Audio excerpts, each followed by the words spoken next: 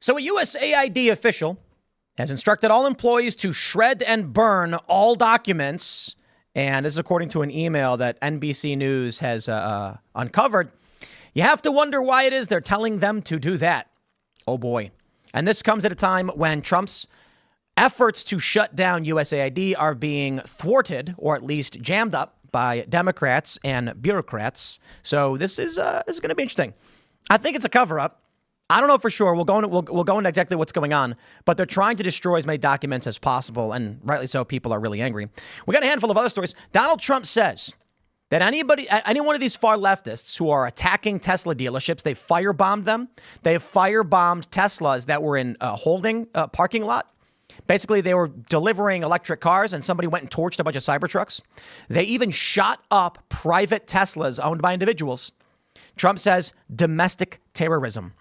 We'll talk about that. We have that story about the InfoWars reporter who was murdered.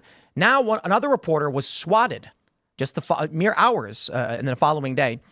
Here's a funny one. Rosie O'Donnell's fled the country. She's in Ireland now. I don't know. Who cares? Funny. And then this big story about Mahmoud Khalil. He was a green card holder, a resident of the United States, who had his visa revoked. He has been arrested by ICE. He's being deported. And Democrats are claiming this is a violation of his free speech because they care so much about the free speech of non-citizens, but not American citizens. So I'm going to come out right away and say, you will not get me to defend a non-citizen when y'all would not defend American citizens who are being censored and shut down. Nice try. We got a lot to talk about, my friends. Before we do, we got a great sponsor. We got Brickhouse Nutrition's Field of Greens. Check out the link in the description below. Use fieldofgreens.com and use promo code TIM to pick up this stuff. It's great stuff. What's the unhealthiest meal, snack or dessert you've eaten lately? For me, it was a buttered Pop-Tart, for which I've had many. And it's okay. I exercise and I do try to eat healthy, so it's all right. I understand you guys, you got a crazy schedule that makes eating 5 servings of fruits and veggies quite difficult, if not impossible. We're all human. I get it. Not everybody can figure this out and find time, but you do need to make sure you're eating healthy. That's why doctors created Field of Greens. A delicious glass of Field of Greens daily is like nutritional armor for your body. Each fruit and vegetable was doctor selected for a specific health benefit. What I really like about the Field of Greens stuff is they actually have in the nutrition information too, the vegetables that are in it and the vitamins you're getting. It's pretty amazing. There's a heart health group, lungs, kidney groups, metabolism, and even healthy weight. So when you guys, many of you are wondering why you're feeling sluggish or whatever. For me, it was often that I wasn't having the right vitamins. I was feeling sore and tired. I realized it was magnesium. So I really do think if you got to make sure you're balancing your diet properly. So Field of Greens is absolutely fantastic. Field of Greens makes you feel better. Your doctor will notice your improved health. Check that one out. Or your money back. So let's get started. We got a special discount, 20% off your first order if you go to fieldofgreens.com and use promo code TIM. Really do recommend it. You guys know that I'm like a weird health guy. We're always ragging on about seed oils. See, there's something you guys need to understand. When you eat food and you're looking at the vitamins that come in it, even taking a multivitamin, what you don't understand is that different vegetables actually have things that aren't being tracked in the nutritional information. And a really good example of this is curcumins, which are in turmeric. And everybody raves about taking turmeric because curcumin is an antioxidant. It's good for the body. There's a lot of things like that aren't going to be in the list of vitamins. So check out Field of Greens. Use that promo code. Shout out. I'm a health nut, so I love this stuff. Shout out to Brickhouse. You guys are great. And thanks for sponsoring the show. Field of Greens, don't forget. And then, of course, we got rumble.com/Timcast IRL. You guys are going to love the Green Room episode from today. We were talking about, you know what? I got to be careful. Yeah. This one's uncensored. I'm going to say it's uncensored. It has to do with medications, mandates, and certain issues which are very uncensored. But this is a personal, individual story from a friend of mine who was hanging out, explaining what happened after he was mandated to get a certain medication. You can check that out at rumble.com/Timcast IRL. It should be up in about an hour, maybe 40 minutes. But you got to be a Rumble Premium member. So go to timcastpremium.com, and that will set you up to sign up for Rumble Premium using promo code TIM10. That way you can watch that episode and all of our Green Room shows. And of course, you can always go to boonieshq.com, link in the description below. Pick up a 28th Amendment skateboard. The right of the people to keep, bear, and breed chickens shall not be infringed. And I mean it. It's crazy to me that they try to make it so that people can't grow their own food. And BooniesHQ.com. Don't forget to smash that like button, share the show with everyone you know. Joining us tonight to talk about this and everything else is Bubba the Love Sponge. Hi, Tim. How are you, my friend? I am doing great. Well, how about you? I'm doing great. Very honored to be here. A good friend of ours, Alex Stein, I think, helped me get with you. And so what a great experience. What a nice facility. Thank you. And being a fellow radio guy, really impressed by your setup. And I appreciate the opportunity of being here. Yeah, who are you? What do you do? I mean, honestly, I think everyone knows who you are, but... Well, maybe. I'm Bubba the Love Sponge. I've been doing content or radio for 40-plus years. Did some radio back when you were a little kid in Chicago on B96. Pretty much everything that we do now is at the Bubba Army, whether it's our YouTube channel, whether it's our Facebook, our X, and then we have a kind of a master website with some of my old archive stuff from back in the day. That's BubbaArmyHQ.com. So I do content like you do, different hours. I do morning drive. I have some terrestrial affiliates, and then we do kind of an after show kind of deal like what you guys do as well. So, man, you're one of these OG radio guys. So you knew like Howard Stern and all them. Worked for Howard for 6 years. Wow. So yeah, I'm kind of one of these OG old head kind of guys, you know. Really proud of the younger generation and what you guys are doing with that. But radio and what you guys, radio's in trouble. Terrestrial radio's in trouble because they've ran off all the talent. All the talent now is over here. Or at least trying to be here or establish some real estate here. So, regular radio is in big trouble right now. Interesting. Well, we got a lot to talk about, so glad you can be here. Thank you for having me. Libby's hanging out. I'm Libby Emmons. I'm hanging out. Glad to be here. I'm with the Post Millennial. Glad to meet you. Hi, Libby. How are you? Hi, how's it going? Nice. Phil's here. Hello, everybody. My name is Phil Labonte. I'm the lead singer of the heavy metal band All That Remains. I'm an anti-communist and a counter-revolutionary. Bubba, you and I are going to have some. Now, is it true that Tampa, Florida, is like the death metal capital of the world? It is, yeah. More, I think it's Morris Sound is the studio down there that all the death metal bands like go to. The Cannibals or Cannibal Corpse. Well, Cannibal Corpse started in Buffalo and they moved to Florida. Yeah. USAID's in Tampa. There's a band called Trivium that's out of Orlando. There's I think Malevolent Creation is in Tampa. There's a bunch of bands in the Tampa area. I don't know how Tampa got. I mean, we were the strip club capital for the world. It's Florida. Might as well be the heavy metal capital of the world. It's Florida, man. But I get the comment you made about terrestrial radio and how all of the talent left. That's something that I'd like to touch on. Maybe we'll talk about in the after show. But quick question for you, Phil. Would the country be a better place if metal as a genre had more fans than Taylor Swift? I don't know that it would be a better. I don't know that it would bad be as heck. I don't know about a better place, but it would definitely be a more calm place. I'll tell you what would make America a better place. And I had Joe Rogan on my show in the early stages of my serious career in 06. And, he was talking about at the time he'd been turned away from a bunch of terrestrial radio stations, KLOS, KROQ, some really legendary stations. And you don't think, you know how well somebody like you and Joe Rogan and some of these huge franchises would do on regular radio right now? Well, we actually... You guys can't, you can't, it's almost taking a step back for y'all. Well, yeah. So we've talked to agencies and they said, we will sell your show for radio syndication, but no one actually bothers to do it. And it's because all the ad agencies say that the revenue is like 5%. So it's just, it never takes priority. Never.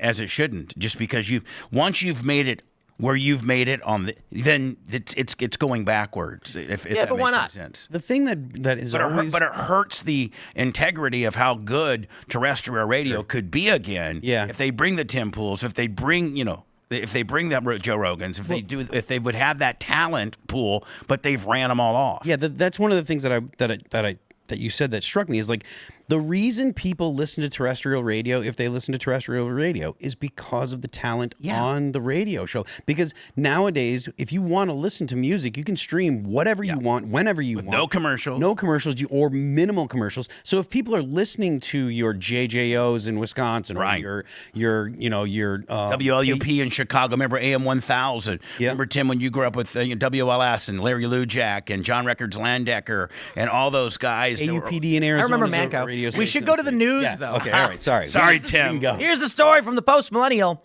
5-alarm fire. USAID employees told to shred or burn classified documents. This is from, obviously, Postmodel. The U.S. Agency for International Development instructed its Washington staff to shred and burn documents, according to an email obtained by NBC News. The directive comes as the Trump administration faces challenges over its attempt to strip and shut down the agency. An email from Erica Carr, USAID's acting executive secretary, indicated that the destruction was scheduled for Tuesday. The message thanked workers for their assistance in clearing our classified safes and personnel documents. Shred as many documents first and reserve the burn bags for when the shredder becomes unavailable or needs a break. Wait, what? How do they burn these things in D.C.? So they say, while classified materials are sometimes destroyed in emergencies, former employees and a group representing foreign service workers say this directive is not appropriate.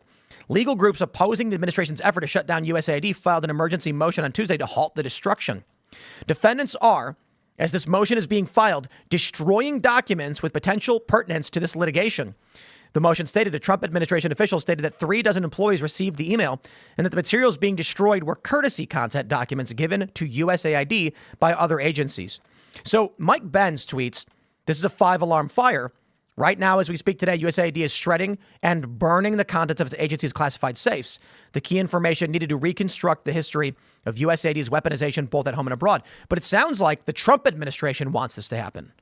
Yeah. So if you scroll down to the bottom, there's another paragraph right there at the end that they're old documents. They're in complete compliance with Federal Records Act of 1950. The official said everyone involved in the process had a secret clearance or hire and was approved by the Bureau that they were handling. Majority of the content is courtesy content. Most original copies are still classified in computer systems. Yeah, I mean, so that's possible for sure. Yeah, but how about just the actual physicality of, what, you got to go out back and get a big barrel and throw some gas in there? Like, I mean, how are you doing it? Like in downtown Washington, D.C., how are you actually physically setting something on fire? Well, I imagine they're loading them into trucks, and the trucks bring them to burn sites or something. Look, I mean, if it's USAID that they're talking about, I mean, these people have the capacity to dispose of incriminating evidence wherever they are, because that's what I'm thinking too. That's what CIA is capable of doing. That you know that anytime you hear historically, anytime a United States embassy was about to be taken over, or you had to get people out, there was burning of sensitive documents. That's actually standard practice. Right. It happened in Vietnam and stuff. They were if you have to get out of there, you burn all the incriminating evidence. Anything you don't want to fall into the hands of the opposition forces or whatever. So the idea that they have a protocol that can be used in D.C., that should not be surprising to anyone. No, I mean, you would have a protocol to get rid of documents, but it does seem kind of crazy that they're just burning it all, just getting rid of it without anyone just taking a look at what those files are. I mean, I would like to think that the DOJ would be able to call and say stop. If they wanted to. The DOJ is super busy right now. They are, but I mean, everybody's busy. To be fair, I've seen a lot of criticism of the DOJ where they're pointing out that while the DOJ has done some things, a lot of people expect them to go after the lawfare first. And certainly there was some hubbub over the Epstein files, but it looks more so like they're going after things that we agree or we don't like, but not the biggest priority. You're not really hearing much from them. Really, I mean, Kash Patel arrested some U.S. Army guys selling secrets, right? And that's great. But everybody expected the first thing to be those who were waging lawfare against Trump and his legal team would be. But I suppose those things take time. Those things take time. You have to bring a case. You have to develop a case. You have to put it all together. You have to, go out and do the investigation. Those kind of investigations do take a long time. Look how long it took to investigate Hunter Biden for his various crimes, right? That took years. So, and the lawfare takes a long time too. I mean, when they were going after Trump, it was years of building stuff up, falsifying documents, creating Steele dossiers, things like that. So while that's certainly not something I would expect the Trump DOJ to do, they do have to go figure out where the crimes were committed, right? They have to say okay, Alvin Bragg did this, that was a crime, or Letitia James did this, that was a crime. They have to figure that out before they can bring any charges at all. Yeah, I mean, I assume that they have a generalized idea of what they're looking for, but they probably do have. You have to have specifics if you're going to get. Yeah, you have to bring a case. You have to develop a case. You got to bring the sexy stuff first too, though, especially in the first 100 days. Yeah. You want that sex. That's why they were all dangling that Epstein carrot for us, Right. and I don't know that we'll ever really get it really the way we're supposed to get it. I mean, I don't think we're going to get it. I don't think we're going to agree. get real answers. But the other thing, too, that happened, if you look at how, because the other thing the DOJ is doing is going into court to defend all of Trump's executive orders every time the ACLU or, 23 states team up to bring cases, and they have to go in and defend that against judges. And you had a lot of judges, every time, like you've had some wins for sure, but you've also had a lot of temporary stays of executive orders or temporary overturnings of executive orders. And you've seen judges say things like, where's your case? Like, don't you have something better to defend that with? So the DOJ really has to work to get their cases together, too, to defend, what is it, like over 300 executive orders at this point, many of which have been challenged in court, rightly or wrongly. 300. At least, It's got to be a record, right? It's a lot. Wow. It's a lot. I think he doesn't have as many. I don't think he's on track to have as many executive orders right now as FDR. FDR had like FDR had a lot of cleaning up to do. I mean, he had a lot. I mean, we think we were in bad brothers. I mean, they were right. And he really, had to make really in a bad way. make an extra mess too. Like he had to keep compounding things. Right. Worse. But so that's, you definitely have a ton of that going on. I wonder how much Trump is actually going to be able to succeed in the gutting of the bureaucratic state and the deep state. What with like the judges saying you can't freeze payments and things like this. Certainly, I think the advantage is always going to be with the executive branch, which does present some challenges for our constitutional republic in that Trump can fire away executive orders over and over and over and over again, but the Supreme Court doesn't convene every day. Right. So Trump can they can only take a certain number of cases a term. Right. Federal judges run this country. I mean, that's and they're appointed for life, and they're as polarizing as the parties in themselves. But federal judges are the only ones that can really overturn these things. And again, Trump can sign 300 of them, but how many Barack Obama or Clinton appointed federal judges will get these and just shoot them right down to zero? And look, remember, it's great that Donald Trump is doing things through executive order, but we really do need Congress to legislate. Yeah, we do. Because they have to be. That's the only way that they're going to be permanent. If we really want to get rid of the Department of Education, there has to be legislation. And that's such a long process in itself. I mean, it wasn't the DOE was Jimmy Carter formed it, but like he signed a congressional law forming it. Yeah, there has to be. That's a thing. Like when Trump came into his first term, he overturned a lot of Obama executive orders. When Biden came in, he overturned a lot of Trump executive orders. And now we have Trump overturned 78 Biden executive orders and is creating new executive orders. And if the GOP doesn't keep the White House, then a lot more executive orders will be overturned. And to be honest, that's no way to live your life under executive orders that only live for 4 years at a time. There's also, though, the other thing that was interesting was the affirmative action executive order. That was Lyndon B. Johnson, and Trump just overturned that. So that was interesting too. That lasted a long time. Have the power to do this stuff anyways. The reason that we have every administration undoing the stuff that the previous administration did is because we actually have a government that is going far beyond its constitutional mandate. If you want to do something, just look at EPA versus West Virginia. Yeah, if you want to get some real changes, like really, really big changes, get a constitutional amendment to clarify the necessary and proper clause in the Commerce Clause. When's the last time there was a constitutional amendment that actually went through? It certainly wasn't the ERA. I can't even tell you. No, it wasn't. The ERA didn't. I want to say that it was in the 90s was the last one. Was it? But it was something that was not significantly consequential to the average American. Yeah. I can Google it in a second. But the point that I'm making is, the president shouldn't be coming in and trying to create law. We shouldn't have presidents, different administrations, fighting about what they think the country should be doing. The fact of the matter is, what the federal government actually has power to do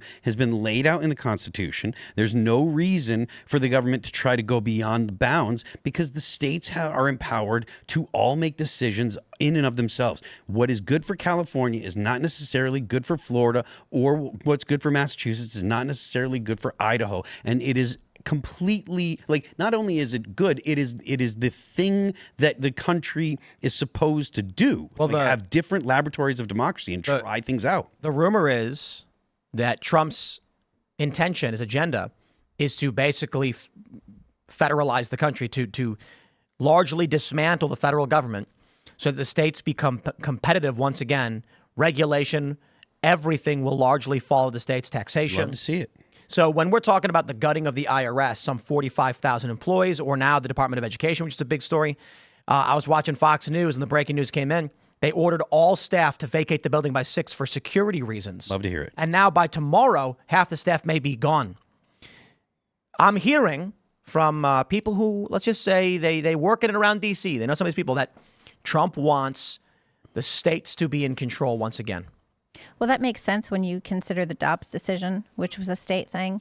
And when you look at how a lot of states are fleeing Delaware right now, it used to be a lot of companies would set up a Delaware Corp, and now people are going to. I think Walmart's Walmart's They're going the to biggest. like Wyoming, Arizona, wherever. I think else. Montana. I think Montana is one of the. I think Montana. You guys can look this up. Might be the only state in the country where you can set up a company, and the owners of the corporation are not publicly disclosed. You cannot find out who the owner of a corporation is in Montana. So a lot of people set up LLCs and sub S's in Montana, which was much like had some same verbiage that Delaware had until just most recently people over the Delaware thing got overturned and people are leaving. Yeah. Well, I've had my gripes over West Virginia's garbage law. We call them Uber laws.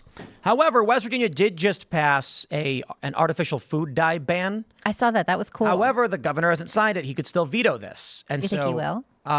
Well, I think people got to understand this. The major food producers probably generate several $1 billion worth of revenue in the state, largely for themselves, but that amounts to a lot of taxes and jobs. And so these companies are going to be telling the governor, don't sign this, because you're going to lose X billion dollars per year, which is going to result in X loss of jobs, this, that, or otherwise, which means everybody out there who supports this stuff, you need to do whatever you can to make sure that West Virginia, and any state that does this, has the support it needs. So that means we need investors who are going to be like, I'm going to set up a cereal manufacturing plant or whatever in West Virginia that uses beta carotene instead of red dyes or whatever. We're going to make real healthy food instead of the fake dye garbage. That way, the market doesn't take a hit. But we will talk about that a bit more later on. I do want to jump to this story. This is the big news, ladies and gentlemen. Mahmoud Khalil. He is a green card holder, permanent resident of the United States. He had his visa revoked. He is being deported. A judge has blocked his deportation temporarily. And they're saying it's because he was aligned with Hamas. He was supporting Hamas-aligned activities. And now, NPR reports green card holders' rights in spotlight after arrest of pro-Palestinian activist. What's really fascinating about this story is how the story itself largely doesn't matter to Democrats here's the funny thing. The run-of-the-mill Democrats are angry over this because it's an immigration question. The far-left Democrats are angry because this guy was anti-Israel. The middle-of-the-road Republicans are saying, you can do this. You have no right to be here.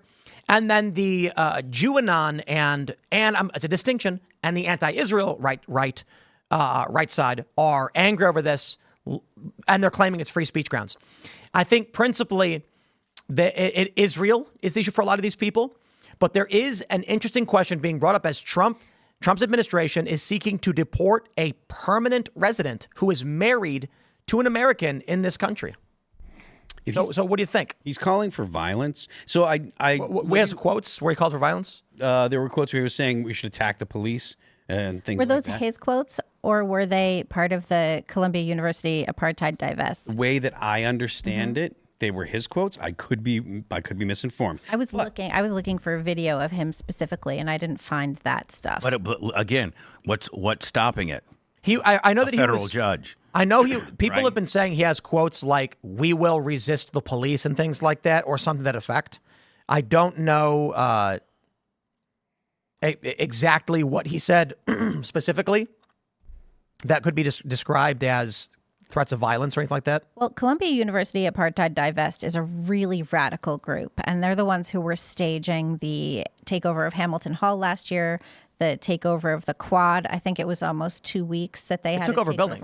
Hamilton Hall. They renamed it Hind Hall after a girl that was killed in Gaza. They were very specific about that.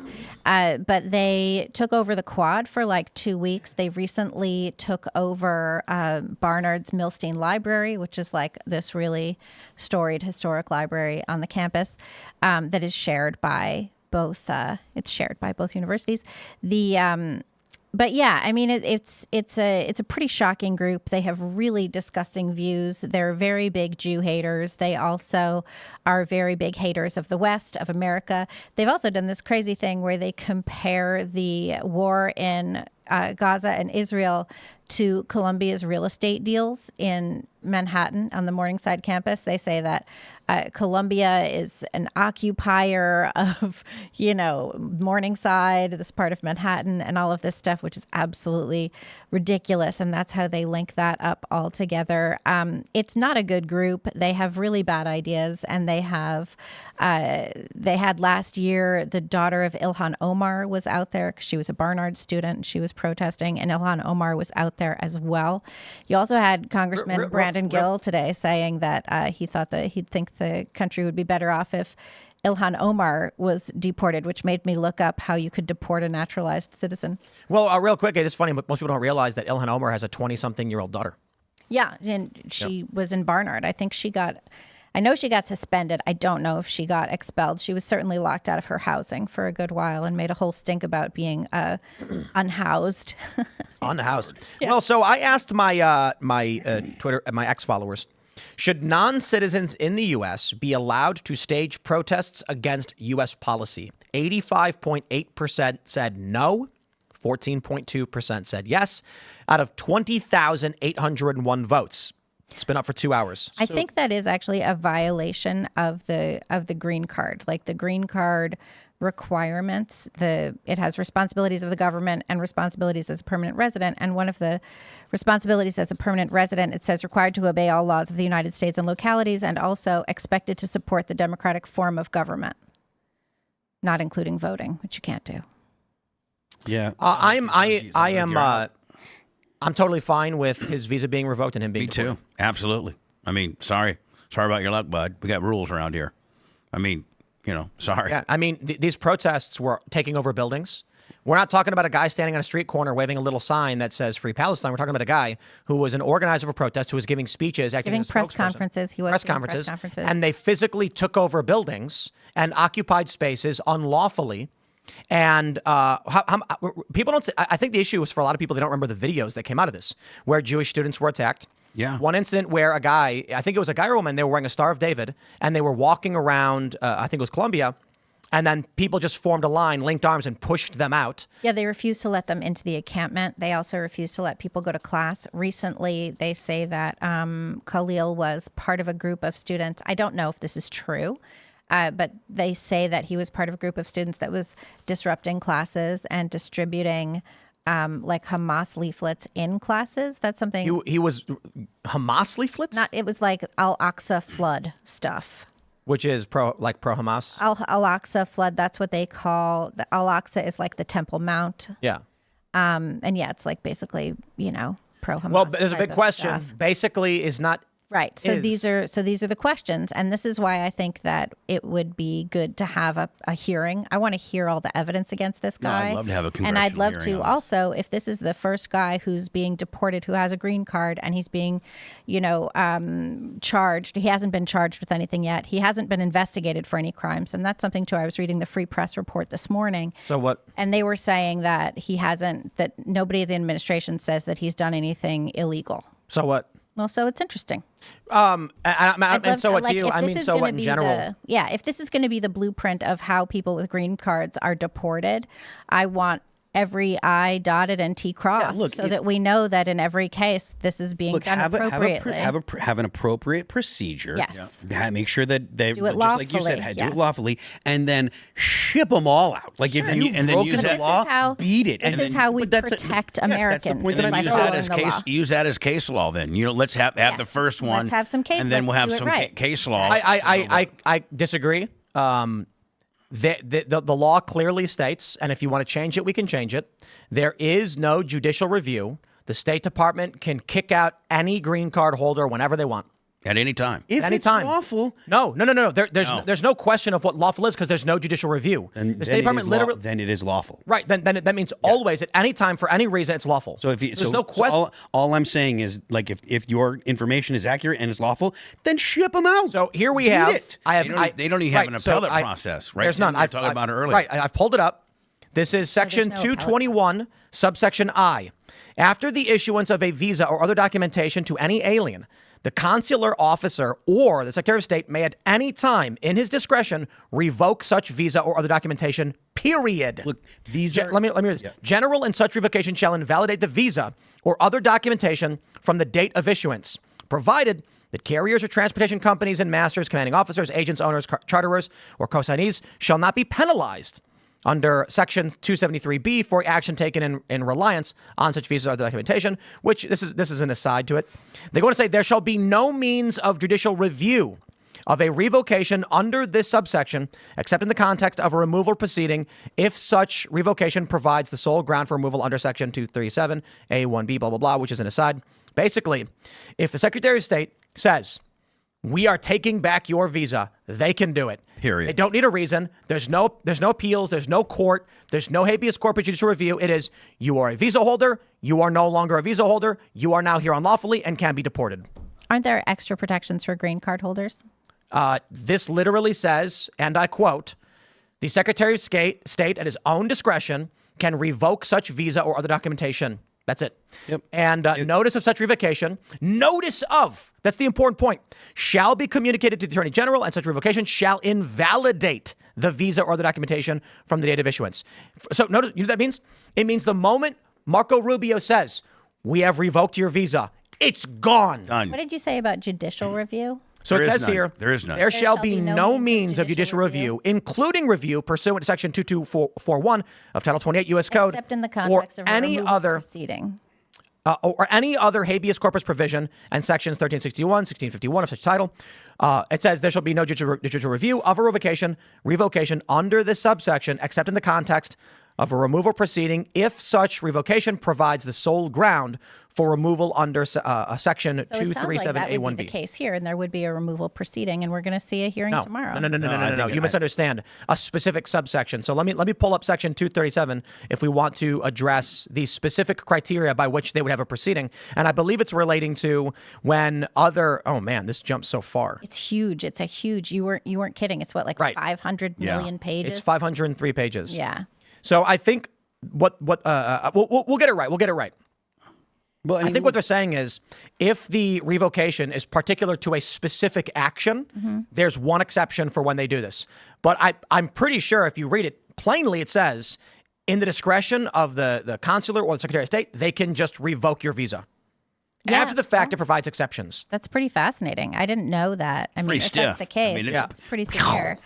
Yeah. I mean, it makes sense. Also, if you no have, appellate process. you have the Trump administration investigating 60 universities total and instructing the administrators of those universities that they have to comply with all of this stuff because the executive order, I guess, per the Trump administration's way of thinking is retroactive, right? I mean, this guy Khalil, I think, was involved in stuff in January. Right. I don't know if it was before January 20th or before the executive order was signed or after.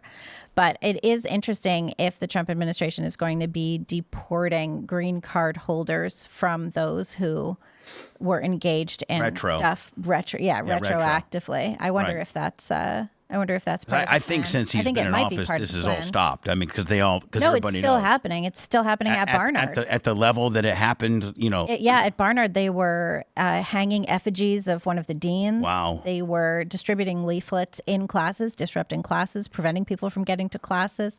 The NYPD was called in. There was a bomb threat so that they had to evacuate the whole building. I mean, it's pretty insane at Barnard. And when you look at the press conferences, there's plenty of student activists with accents, and you wonder why, What are you thinking? On what circumstance are you here? Right, You know, right. is that gonna Where are you from? gonna stick? Yeah. So it certainly has been continuing in New York at Columbia specifically. I don't know as much I think at the other everything else is pretty much. I don't think it's nearly as prevalent But you as it also was. have the administrators of a lot of these schools saying that they're not going to cooperate. You have the administrators at Columbia anyway saying they're not going to cooperate with ICE or DHS or anybody trying to come find these. I wonder how that's going to work out for them. Yeah. And it's undergrads, it's grad students who are, of course, adults. I mean, I think this guy is like 27, 28 years Right. old. I am still trying to find the page. The subsection. Yeah, it's just massive. It's not easy to I find. think it's 500 plus pages. The particulars of it, honestly, like they're not really all that important to me. Like there is a legal means to do this. How it's done, whether they get a hearing or not, whatever, I don't care. If they're spouting anti-American rhetoric, right, and they're calling for violence or And the calling destruction for of action Western against- civilization. and This calling is for for real. hold on, calling for action against the police, calling for if they're occupying private property and stuff like that, get them out. Impeding people Send to them get home. to school. Send them back. If you are here as a guest on a green card, on a visa like that. So if you're an anti-American, beat it. Like send them the hell out of here. Well, this we guy should has only not been in the make country room for for a people year. that are just going to come into this country and try to subvert the United States. He was only here since December 2023. Boy, the which I thought mentality was of- interesting because he finished grad school. He finished grad school in January or December of this year. So what's crazy to me is how do you finish grad school in a year? I went to grad school at Columbia. It took me 3 years to get through it, and that was art school. I mean, so it's not like it was rigorous. I send them home. The mentality of people who have green cards nowadays. I mean, back in the day, I hate to say some back in the day old school stuff, but people figured that they were guests of our country. They would act on their best behavior. They wouldn't be, the squeaky wheel that gets the oil. And now these people are just doing, literally just, unbelievable, criminal stuff. Libby is right. Am I right? You are correct. So there is judicial review in this particular case. So, Section 237A1B is specifically about deportation. Mm-hmm. And if what they're saying is if the revocation of visa is the sole reason for a deportation, there will be a hearing. You are correct. So, And this is why they're actually having the review right now where the judge has put a halt to it. let them have the hearing. If there was any other reason where the individual, like if this guy, if they had him on a crime, of any crime. Crimes, for sure. But that could be like jaywalking. Yeah. Then there would be no hearing at all. But basically what Trump said was national security issues. I believe the State Department said that he was engaging in activities aligned with Hamas, which I reject You wholeheartedly. realize I'm going to clip the part where you said Libby is right, and I'm Absolutely, just you going to should. post just that forever and ever. You absolutely should. And that's why we read it. Yeah. Okay, because Libby was correct the whole time. I was wrong. had a Tim is, it might be wrong. Bubba was right. Today in the green room earlier, we were talking about. I hope it's on tape because. Well, no, there was no tape. There's no tape of it. We were recording, but was it before the recording? It might have been during the recording. It was during the talking about the tip situation, and you said you may be correct if you were talking in the context that I was speaking about. This is actually important. No tax on tips. Bubba Right. brought up means super chats may be tax exempt. Right. Oh. And I said, however, it's a gratuity is. You know what it is. It's self-explanatory. It's money after the fact. Right. You're not getting anything for doing it. However, for us with Super Chats, there is an expectation, a probability that we read what you have to say. Right. So if you're watching right now and you put in a Super Chat, the expectation is Tim is going to be reading the Super Chats, and I'm basically paying for that to occur. That real estate. That's not that's not a tip. Right. However, you pointed out for your show, when you do Super Chats, you don't read any messages. You No. say thank you. To Jim That's a McGillicuddy, tip. thank you. Yeah. That is a tip. They're giving you money with no expectation of what's called legal consideration. Right. Meaning you're tax exempt on all that. So I'm looking forward to that. I hope it goes through. That's really interesting. That opens the door to a lot. People need to understand. Oh yeah. I mean, a lot of people in the content industry. I mean, Yep. A lot. It's crazy how Democrats somehow are against taxes on tips because you had AOC saying that means that every job would become a tip-based job. Great. Yeah. That means pay what you will. Yeah. And think about how that would work. I say, hey, if you want to watch our members only show, it's free. Just leave a tip. And if you don't, we won't do it again. Right. So it's like, I mean, no taxes. right. I mean, you can get creative on that. Yeah, it's almost like you tithe. Tithe. We'll do the uncensored Tithe show. to the Timcast. Yeah. And then what we do is we say, like, nobody has to give us money, but if we don't make any money doing it from tips, we're not going to do it again. Right. We're not going to be around. Yeah, and look, we know that servers rely on tips for their income. So you are allowed to rely on tips for your income so long as nothing of value is given in exchange. Right. Other than service. No. No, I mean, like as far as a server, they're just serving. So tips come after the service is already completed. Right. That's what I meant. I mean, as far as they're tipping you, I guess, on how well you did your job, potentially. It's just extra money. Have fun. Right. There you go. Freebies. Yeah. And anyway, I had a Tim moment like you had just a minute ago, Libby. Like you're clipping. I just don't know if I can clip it or not. No, that we recorded that. That's on the Green Room show. Okay. Yeah. Let's jump to this next story from Business Insider. Vandalize a Tesla dealership. Trump says he'll label that domestic terrorism. Good. He actually said we already consider it as such, and I don't think people understand just how serious things are gotten. Take a look at this story. Let's play this video for you. I think it's about a minute long, and you can hear it from this local news report. Let's roll. A man who wishes to remain anonymous but says his Tesla was among those damaged at the Tigard store this past week. He says he took his vehicle in to get the windshield replaced, only to have that replacement damaged by gunfire.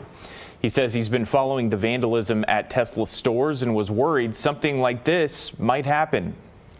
We've been nervous driving the car and uncomfortable even having it parked out in front of our house. We have taken the steps of covering the car at night. It seemed like at the time when we got the car, it was more of a left-wing or left-leaning person's car. The group behind today's demonstration, Indivisible Greater Vancouver, said they do not condone acts of vandalism or of violence, adding these actions aren't conducive to the kind of change they're pushing for. Which is a lie, because let me tell you. This was the Oregon one? If there is a far left group, like this, regular old people wearing shirts and waving signs, and some dude ran up and opened fire on a Tesla dealership, not a single one of those people would provide any assistance to the police to stop him. Correct. If it was a group of right-wingers wearing American flag shirts and holding up signs, and a guy ran up and opened fire, they'd all be telling the cops everything they saw. They'd be doing interviews about it, and they'd say, arrest that guy. And if it was in the right state, they'd be pulling out their guns and shooting them. That's right. If it was in Texas, I'm you just saying, open fire in public. You're in the right state. That happens, and it's you got a bunch of Trump supporters or a bunch of conservative people together, and they're in an open carry, or they're gonna defend themselves. They're gonna defend. Well, let's just defend others. Yeah. Let's just clarify what this is. Trump says this is domestic terror. It absolutely and it is. The point. But real quick, I want people to consider this. You are out in public, and a guy runs up and starts opening fire on a car dealership. There were employees there. There are customers. This is, it's terror. It's a clean shoot. If you are in a self-defense state, people are going to start firing back. Yeah. It's going to get really bad. So we cannot tolerate this. This is unquestionably political, and it is intended to frighten people. The point is to scare people. That's what terrorism is. That's exactly what terrorism is. That's my point. That's what Condoleezza Rice said. Terrorism is designed to terrorize the community. Yeah, the whole point of this is to scare people away from purchasing Teslas, scare people that have Teslas, and it is without question politically motivated because Elon Musk is working with the government for doing the guy said, it is unquestionably terrorism, and the government should come down as hard as they are legally allowed to. And just 4 months ago, this was more of a left issue. Support green, support electric vehicles. No, it was never actually supporting green or anything. It's always been a cover for socialism. The point is to get control. The point is not that they give a crap about environmental issues. The point is all about socialism. That's why Tesla's, I believe the story was that Biden had like an electric car summit and didn't invite Tesla. That's right. Oh, and wow. in It's fact, not about green anything. No. Yeah, and Biden also had these like EV rebates if you buy EVs, and Tesla was not included in that too. Always I always political. thought that it was both political, but also because Tesla's a non-union shop. So it's and always Biden been about was in Elon. It's always Biden about was taking in a hack at Elon. Biden was in the pocket of the auto workers union. So. Right. That was part of it too. So I it's think. always been about taking a hack at Elon. Well, it's not. It's not so much this. It hasn't always been about taking a hack at Elon. It's been about taking a hack at Elon since Elon came out as not supporting the left or Democrats. Right. But the idea of the environmental movement being about the environment is absolutely BS. If they actually were about the environment, they would actually be pro-nuclear. Correct. But they're not pro-nuclear. They want to, because nuclear works far too well, and then you end up with people with an abundance of energy. It is able to power the capitalism that makes modern society possible. The renewable energy that they endorse, things like windmills, solar, that would actually, you would have to cut back the amount of energy that you use, and that's the goal, because they don't like capitalism. Also, windmills are not environmentally sound when you take into consideration the effort of their production. I saw a report where it takes more energy or a bigger carbon footprint to run a windmill than it does the power it produces. You ever see what the anchor at the base of a windmill looks like? It kills it's all, birds. No, with It's all terrible. No, at the base, it's all concrete and rebar. Right. That's straight up petroleum. You don't get concrete without petroleum. Here's some useless trivia to waste your time. We say windmill. They're wind turbines, but colloquially we say windmill because they had wheat mills where they would grind the wheat. Here's another funny bit for you, and the wind would spin it. And you know where treadmill comes from? A torture device where they would take prisoners and force them to stand on a wheel and keep walking, and the wheel would spin and it would mill grain into flour. Really? Yeah, and it was considered punishment. They'd have people walking for hours a day, stepping up on this wheel, spinning it. I bet they were toned, Yeah. though. You know, they were toned. They're jacked up. Prisoners were ripped. It makes some bread, though. That's right. Well, maybe if Trump arrests these far leftists, he will have them work the treadmill so that we can have fresh bread. Somebody's got to come down hard on this situation. This could really get bad. Ray Dalio could really get bad. Ray Dalio wrote in 2021, I believe it was, and they published this a section of his book on Time Magazine in 24, that we were entering some kind of civil war. Now, what I can't stand about a lot of these people, and with all due respect to Ray Dalio, we'd love to talk to him, is that they keep playing this thing where they're like, where do you want, he writes in his book, do you want to live under a fascist dictatorship or a communist dictatorship? And I'm like, well, neither. It's a good thing. The only thing we're concerned with is the communist side. We can fight against that because Trump's not a fascist. And these people always do this where they're like, both sides are getting more extreme. And I'm like, Trump's side is not getting more extreme. Trump is a 90s Democrat. If anything, he's just moderate. And he's actually even a little bit left-leaning from where the right used to be. So what about anything that Trump has done has been far-right extremism? Or more importantly, what about anything that Trump's done, what about it is fascistic? Has he taken over the steel industry, nationalized it, and forced the production of weapons? Well, the one thing that they would say now is they would claim that a lot of this stuff is like a consolidation of power thing. But I think that the more apt argument would be that that it's about federalization, which is what you were saying before. So this is funny because they're saying Elon Musk is trying to enrich himself through Doge. Meanwhile, Tesla's lost, like a third of its value in the past month? Yeah. And Trump's comes out on TV, please buy Teslas. Right, and he came out, he bought a Tesla. Elon's net worth has dropped since doing this. Trump's net worth has dropped since becoming president, and they're saying it's for personal gain. Then they say Trump is consolidating power while he fires all of the federal staffers that empower him. Mm-hmm. It's just not the case. Yeah, so you can see what their argument would be, but I think it's incorrect. It's a lie. It's a bad argument. Yeah. Yeah. Well, someone on X, it was a viral post. I can't remember who posted it, but they likened this to the Weather Underground. And I completely agree. That. I mean, this may be the beginning. It's not going to stop. And I warn all of you that are listening right now, those of us who were veterans of the 2010s protest movement, we could tell you, in the winter, there's no protests. Maybe you go to South America or something. When it gets warm, protests light up. Why? Look, man, if you're an organizer, if you're an activist, and you get 10,000 commitments, here's the first thing. They'd make Facebook pages, and they'd say, here's the event, here's the time, here's the date. We always warned everybody, only 10% actually show up. So if it says 10,000 people have RSVP'd, 1,000 people will be there, maybe less. Here's the worst thing for the activists. If it's lightly drizzling, no one will show up. Nobody's going to show up. No one's going to show up because politics is never more important than avoiding getting wet.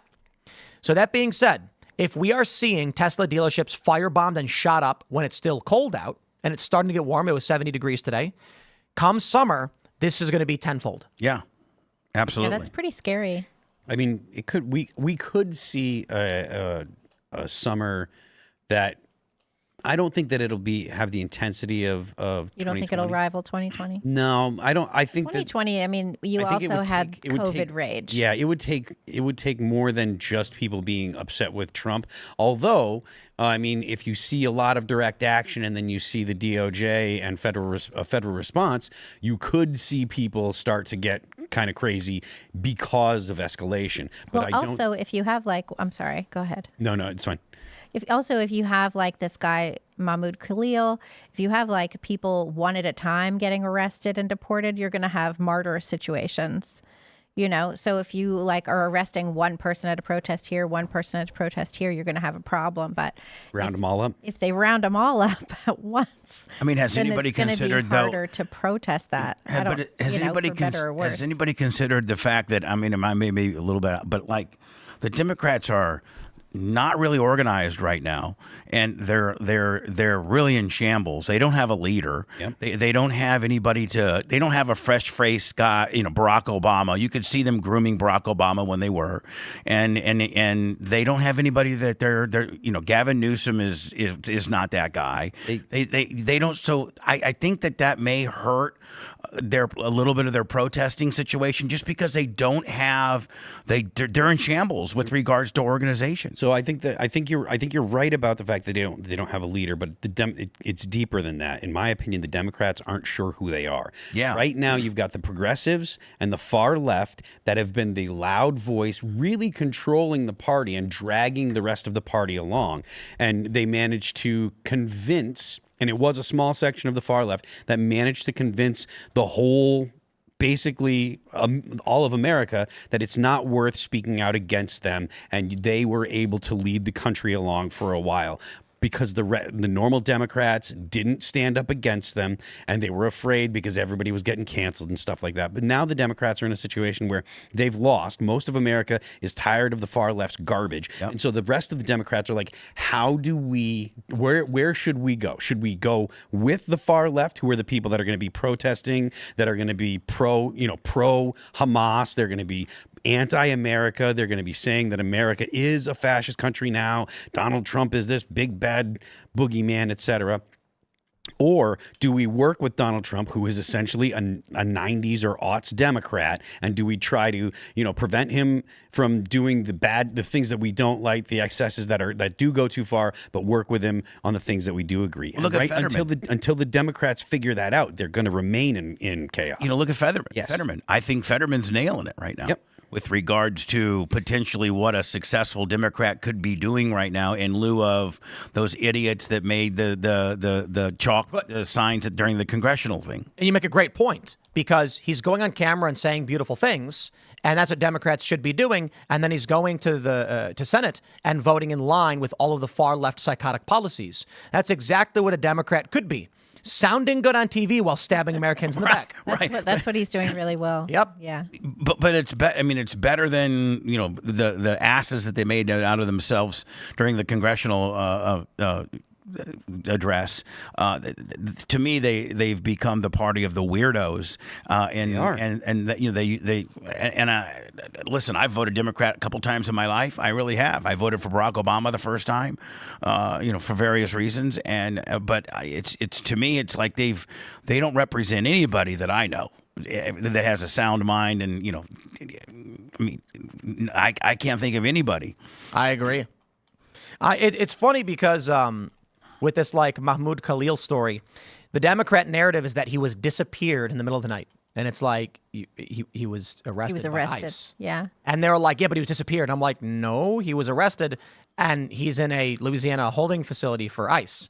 Yep. He wasn't disappeared. You know exactly where he is, and you know exactly who arrested him. Right. You know exactly why they showed up. They've published their exact reasoning in the press and given numerous statements about it. Right. But the Democrats thrive And the far left, violent activists, Antifa types thrive off of trying to make young people believe they're in a James Bond thriller or in Mission or a Impossible. totalitarian novel, and they're Winston. Like none of us is Winston from 1984. We're all like the rando other people just going around our lives, walking our dogs. But we're not in eating our 1984. chocolate ration, right? We are in something weird. We are in something weird. I mean, but that's to be always fair, true. maybe we are in some kind of dystopian show because Someone needs to write it, though. the riots, the lockdowns, the Biden administration, everything was Cuomo really running crazy. for mayor again. Yeah, so maybe they're not wrong, but they're not wrong about the narrative. But what they want to do is right. They want people to think that they're, we said Winston? Winston from 1984. From They 1984. want them to be V from V for Vendetta. They Right. want to tell you that you can be that leader leading the charge with the Guy Fawkes mask on. Or what's the one where it's like put on the sunglasses? I actually they live? graduated. I actually graduated in 1984, and Yeah, but it that's was, us. And it was mandatory reading for us to read that book our sophomore year in 19. Yeah, and- we had and- to read it too. And it's just like it was so far fetched back then. You're like, and wow, Was it far-fetched? I mean, remember reading it in like the late 80s, early 90s. I did not think it was that far-fetched. I thought it was a little. I mean, I lived in a little Warsaw, Indiana, a little, Okay. little rural town. I was obsessed with apocalyptic literature, so Yeah, it was I that. It was wasn't. Brave New I was World. It obsessed with was- cafeteria. Isn't it kind of weird though? Like in all fairness, that the dystopia we are in is actually a combination of all of them. I'm not kidding. Brave New World, Fahrenheit 451, Pods, the 1984. Soma, it's all of Yeah, them. it's like Telescreens. yeah, you not only have the drugs and And the pleasure. Sleeper. Don't forget Sleeper. It's a little Sleeper too. What's that one? The Woody Allen movie. I don't know that one. Oh, if you ever get a chance. So Fahrenheit 451, you've got the censorship due to fear of offense. Brave New World, you've got the drugs to stimulate you and make you feel better or whatever. 1984, you've got the government lockdown and collusion and censorship. It's a little bit of all of them. It's a crock pot It's Animal Farm. of Yeah. all of it. And then you have Sleeper, where they have an orgasmatron, so nobody ever has sex. They just have this orgasmatron machine. That's good. That's Have you And seen then the you have Reborn these dolls? robots. What? You know what a Reborn is? I sure have seen that stuff. Yeah. Yo, man. You know what Yeah. a reborn doll is? A little much. There are women who buy lifelike fake babies to raise. Oh boy. There was a woman who Like, was, and are they really real realistic? Where they Yeah. have like a bowel movement and you have to feed it? I don't know about that, but that. they're made of like silicon and they look like babies and the women bounce them and they have Now, conventions. are they doing it to practice to have a real baby, or are they No, just no. doing it because that's their they're baby? lonely and sad. Yeah, they're lonely and sad. They're lonely and sad. There was when I was in college, Wow. there was this mentally, I don't know, can you say mentally retarded? She definitely was. That's the academic term, I believe. Yeah. Yeah, it is. She, who went to my same coffee shop, and she was always pushing a stroller with a baby doll in it. And half of her Developmentally- face was paralyzed, and it was just, the whole thing was very difficult and sad. She Developmentally loved that disabled. baby doll. Have She you was guys seen the developmentally movies? disabled. Yeah. I hope nobody laughs at me. Like this is. I think it's on Netflix and it's called Scamanda. Have you guys seen that? Oh man, it's about this guy who orders a real life female robot and he controls it, and she's like looks just like like a regular person, and you can control its mentality and how smart it is, how sexual it is. Scamanda? Yeah, it's called Scamanda, and it's 3 episodes. Really? And it's Because there's a movie that just came out called Companion, which is the exact same thing. A guy no, buys... that's what it is. It's called Command. Yeah, it's Companion. Companion. Oh, okay. Yeah, Companion. No, this. yeah, right. No, I have my things messed up. And that's a movie. Have you seen it? Yeah. Companion. But it's not. First of all, the trailer is miserable. Right. Whoever made that trailer for that movie should be fired. I sincerely hope that anybody involved in the making of the film Companion fires whoever made that trailer, because the thumbnail on Amazon looks like a guy whispering to a robot. It's got like all white eyes. Right. And I was Ivy. like, Her name is Ivy, right? Correct. On Companion. Iris. Iris. I think so. Iris. It is. And You have a far better memory than me. I saw the thumbnail for it, and I'm like, oh, that looks like a thing about like a guy has a female robot lady. And then I played the trailer, and it just looks like a drama. Right. It just looks like a relationship drama, and the trailer made it seem like it was about a woman who was in love with a guy, and he was abusive. So Right. I was like, I'm not watching that chick flick garbage.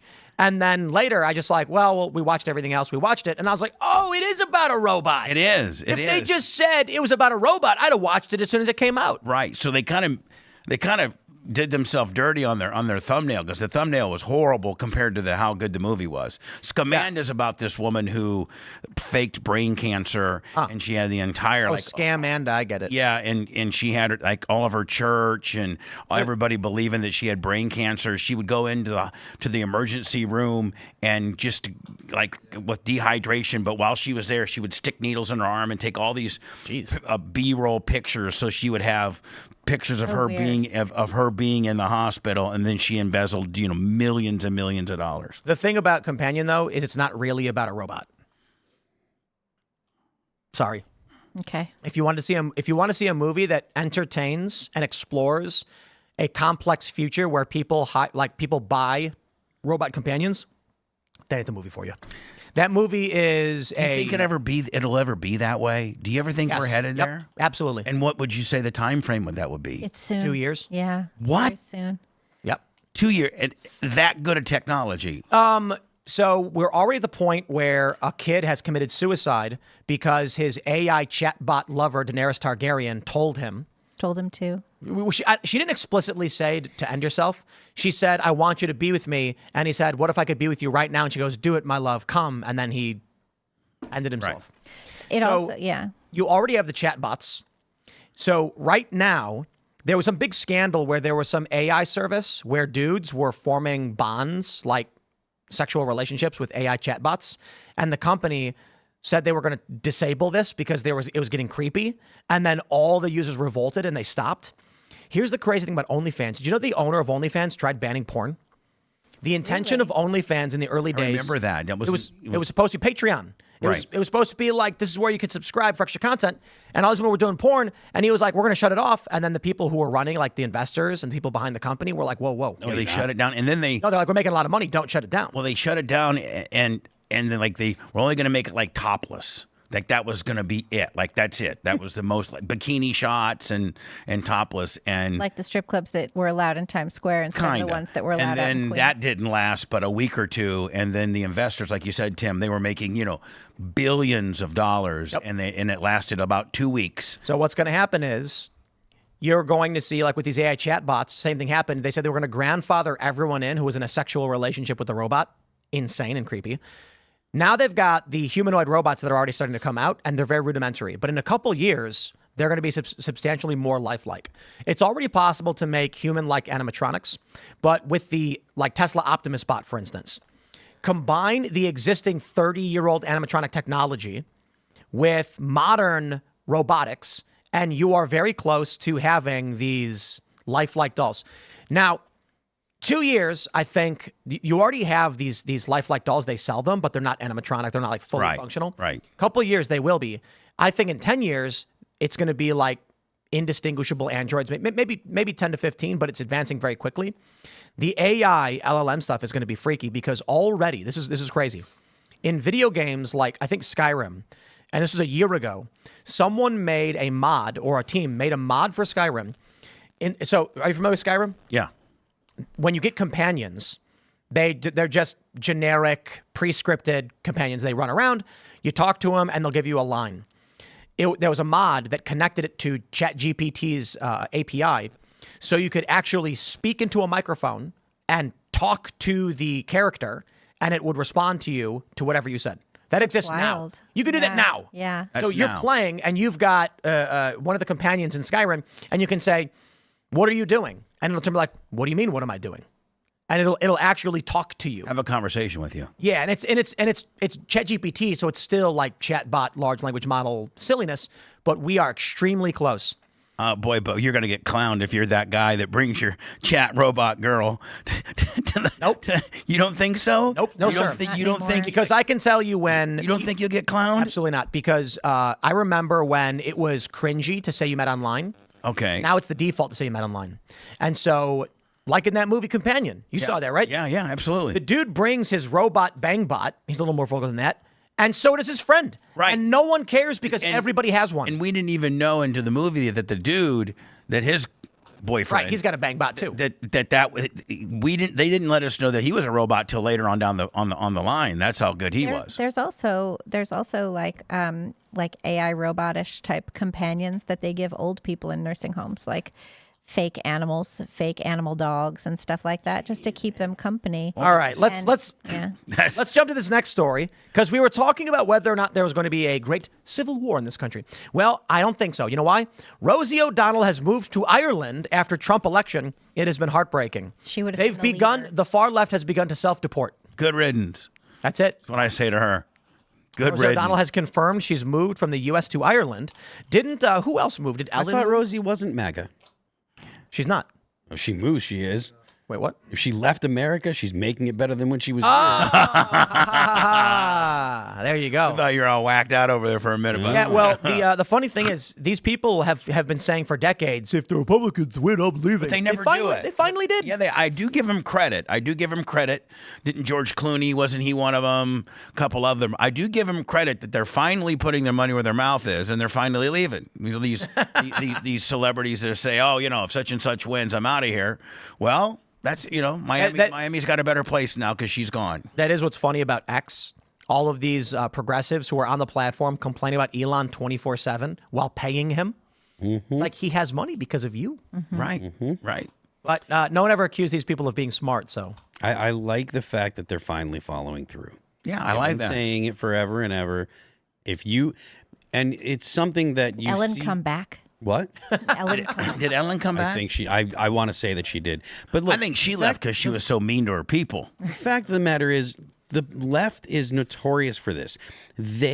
When there are election results that they don't like, they believe that America failed them. They don't love America. They only love America when the politicians that they choose or they like are in power. And then when they're not, they start talking, we need to leave, we need to get out of here. Or they start talking about things like, oh, we need to not listen to the politicians, the politician we don't like, or we need to impeach them, we need to take them out of power. They only care about the United States when they win and when they're getting their way. So Ellen if you didn't don't like it, come back. Get out. She didn't come back? She did not come back. In fact, this is from 3 hours ago.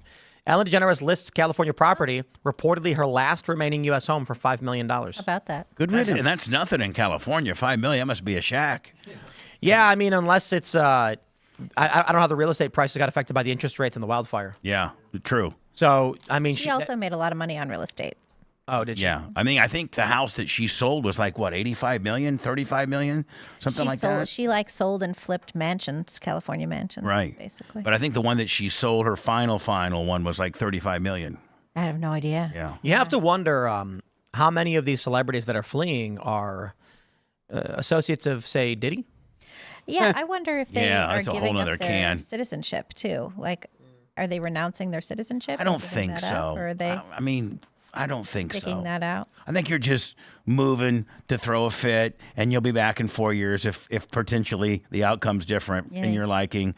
But you know, I don't know they'll come back. I mean, with these prominent liberals leaving at a time when Democrats are in desperate need of leadership, they're basically saying the ship has sunk and we're done. How do they possibly recover from that? I'm not saying like Rosie O'Donnell is going to lead the Democratic Party, but she still is a loud voice for Democrat politicians. They're losing Hollywood celebrities, and they have no leader. I tell you, one of the craziest things I heard, I mentioned this last week, Cassie Hunt, I think it was on CNN, asked Tim Waltz, who is the leader of the Democratic Party right now? And he said, the American voter. And she made this like face like, what? Yeah, that doesn't mean anything. The reality is, there is no leader of the Democratic Party, which is kind of crazy if you think about it. Yeah, it's not whoever they just elected as DNC chair, whose name I officially have forgotten. No idea. David Hogg? David Hogg is No, more he's famous the than whoever the vice- I know. he's guy from the vice Parkland chair, yeah. shooter, that guy. He's more famous than the active DNC chair. And Wasn't he Stephen A. not even Smith, at too? school that day? Stephen A. Smith has been making a little noise. Yeah. But- Listen, I had you guys familiar with John Morgan, the attorney from Florida, For the People.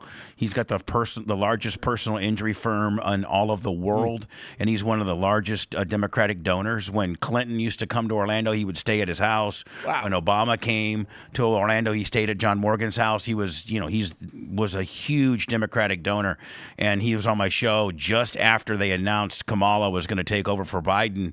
And now this is a guy. I mean, this guy is. I've been in his office before when he has called Bill Clinton.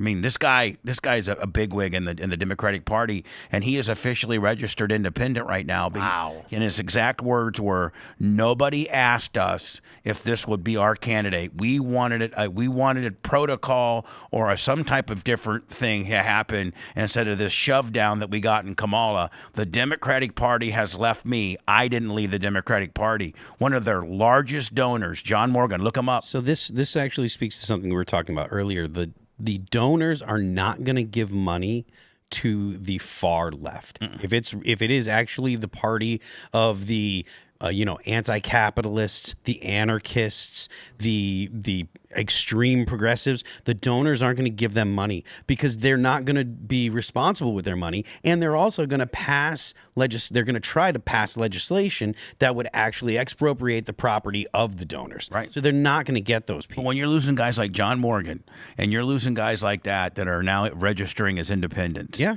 I mean, you're in trouble. You're Yeah. in big trouble. It's true.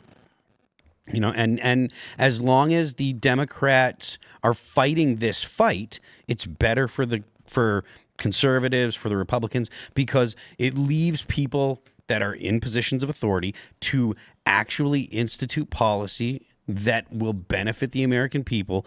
And now, granted, there's a lot of hemming and hawing right now, and there's going to be some people that are going to be hurt because they're going to be doing massive cuts to the government, and there are a lot of people that get their job from the government, and so that's going to take some time to work out. But once that stuff gets worked out and you actually transfer the power from the bureaucracy to the private sector, you're going to see a better result for the American people. You're going to have the ability to start businesses and actually invest in yourself without the government having as much influence and having the government be as involved. And I think that that's what the American people want now. Again, Stephen A. Smith was, like you said, he was creating some noise, Going after James Carville. and going after Carville, and was actually trending.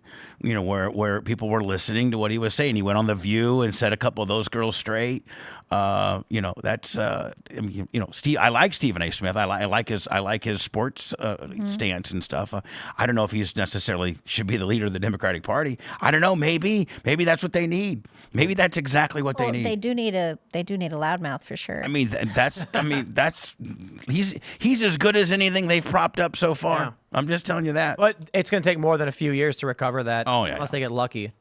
Watching these celebrities spiral out of control, it's just like they're not going to have the mechanism to prop somebody up. The View. The View is terrible. Oh, it's horrible. Libby Goldberg is all like, I don't know what the problem is having. And she's the worst. Men and women's sports. It's I got an idea. Totally fine to me. I was watching that. Whoopi Goldberg, she's on The View, and she's like, I don't even understand what the big deal is. I got it. I volunteer as tribute. Here's what we'll do. I will compete I'm volunteering to compete against a female of the same height, the same weight, the same age as me. Let's get it identical. Let's say March 9th, 1986, female. And you know what? Screw it. Let's find a quarter Korean, white, same age, same everything. And we will compete without any training in a series of physical tests, concluding with a boxing match. And then we'll put it on The View, and we'll see how that turns out.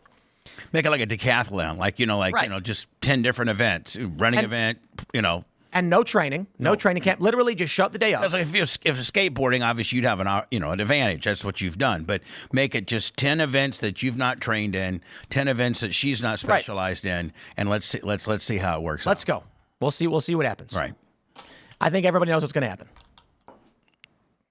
Sorry, ladies. Hope you win in boxing at least.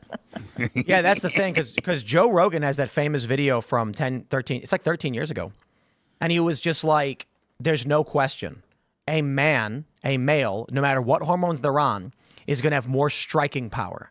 And these females who fought a trans woman without knowing said, one of the quotes is, I've never felt so much power before. Right. They've never been punched full force by a man. One woman had her skull cracked. There was this this tweet thread that I read by the Helen Pluckrose. She was an associate of Peter James Boghossian Lindsay. and James Yeah, Lindsay. She did the critical theories thing. Yeah, with him, she wrote that book with him. But it was just yesterday, and she was talking about how most women don't understand how significant the strength difference between men and women are. Because when men interact with women that they're actually not fighting with, when you're play fighting, men are moderating their strength.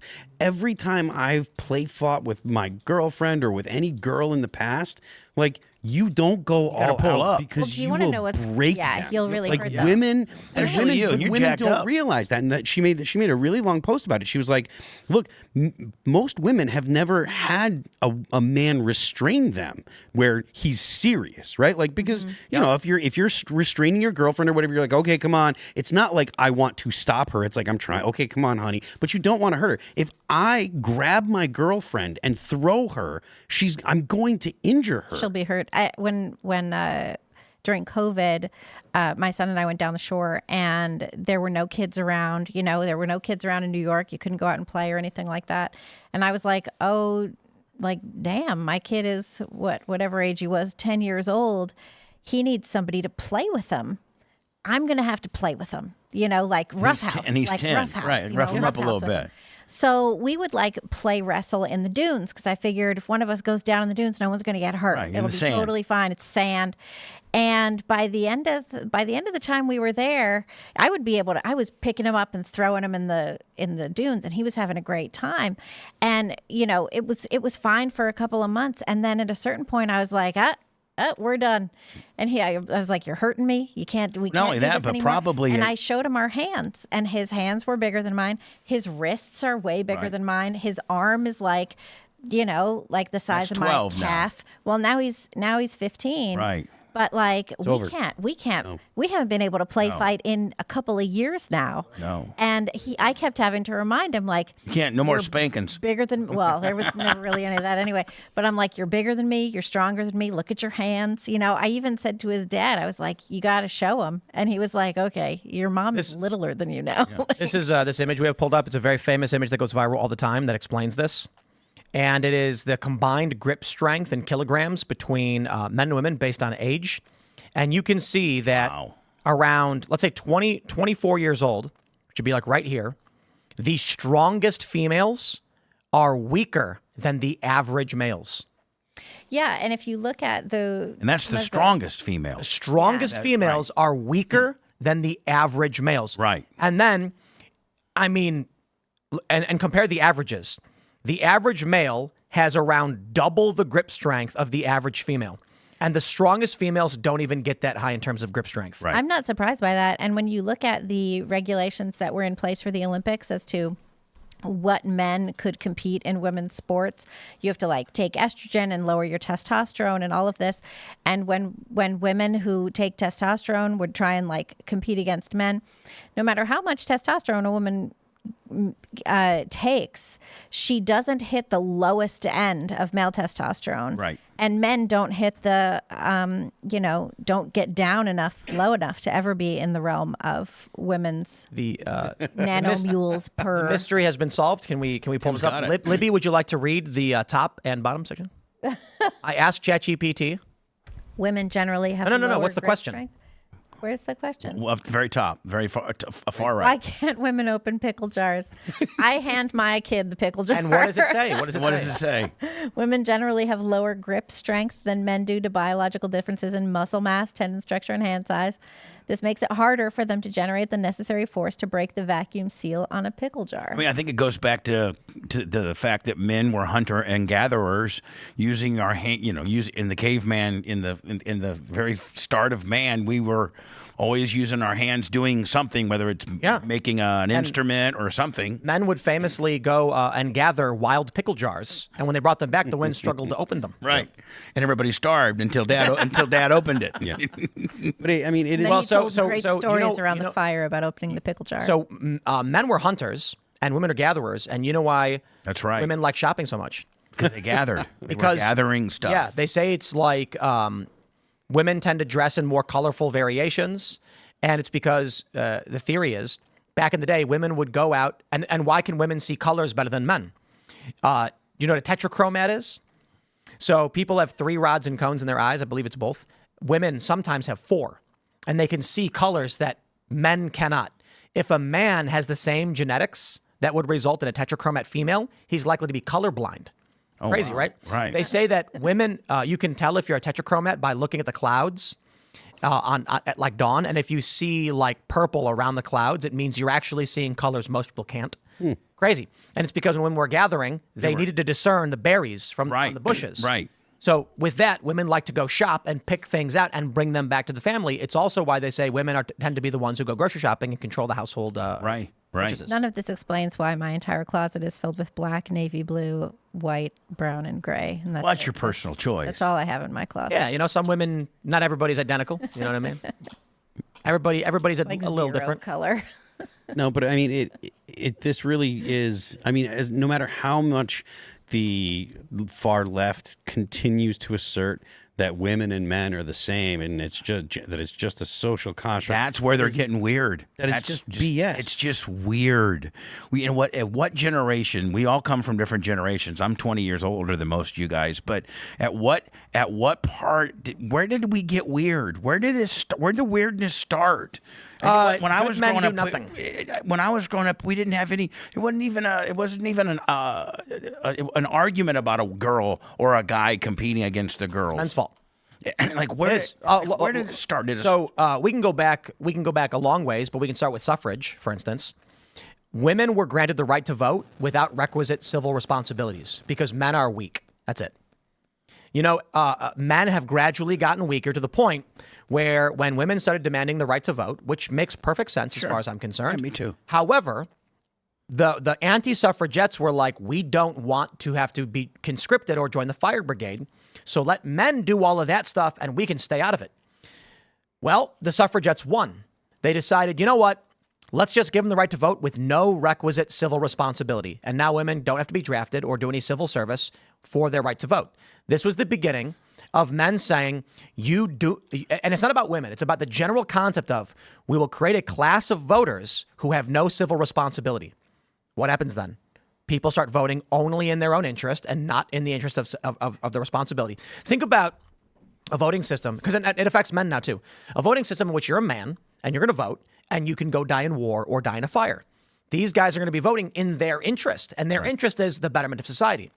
Along come one of the first instances where they say, we now have women who have no responsibilities and can vote on whatever they want. Thus, a woman can vote for a man to go die in war with no risk to herself.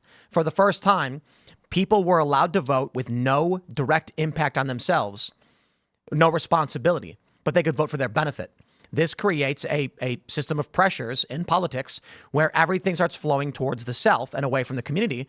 Now, 100 years on, that's all we have. Everyone is voting just for themselves. Politicians don't actually care.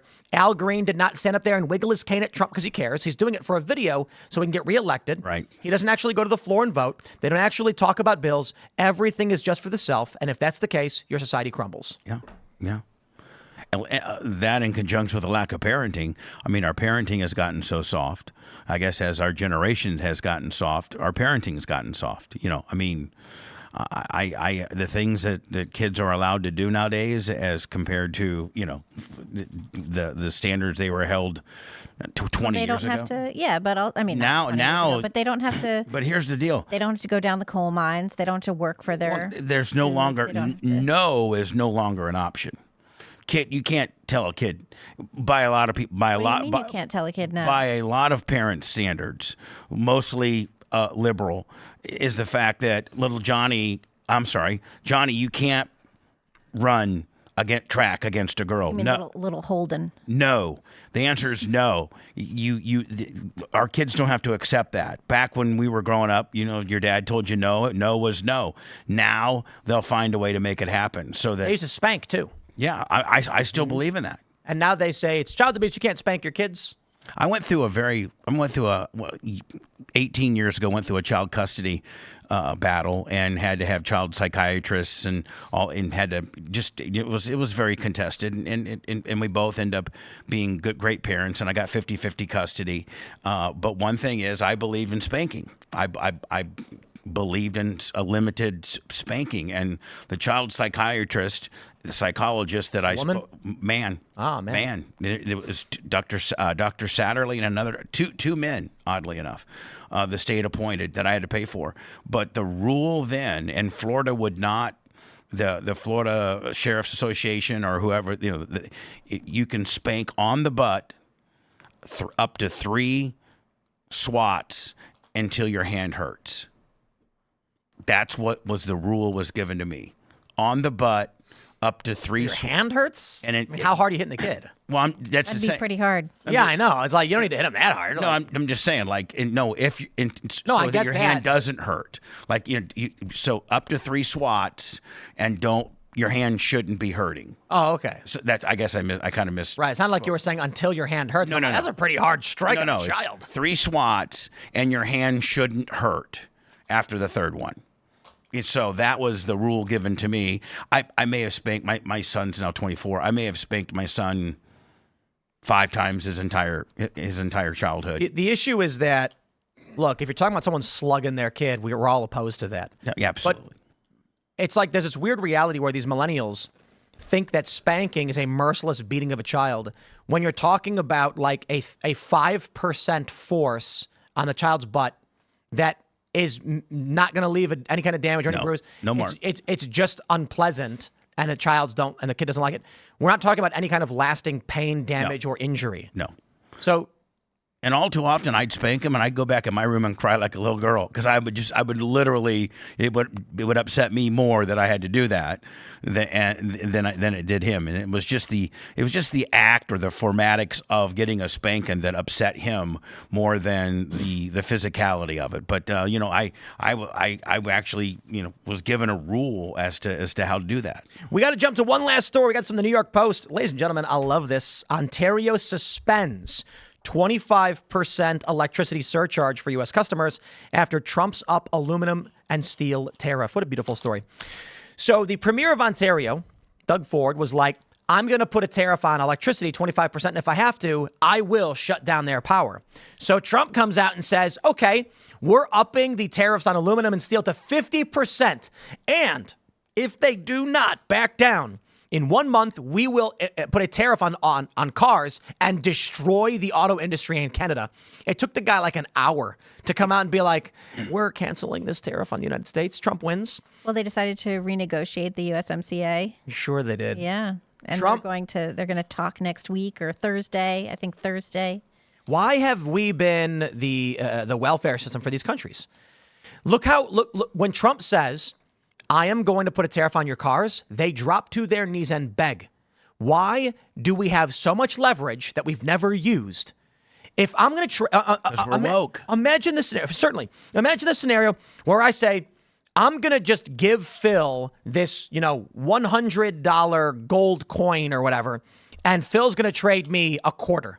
And that's just the way it's going to be forever. Right. Then eventually I say, you know what? I'm not doing it anymore. And Phil's like, wait, but you're giving me $100. Like, why are we And just... Phil relies on that now, too. Right. We've been doing it for so long that Phil relies on it. Canada is getting all of this discount stuff from us.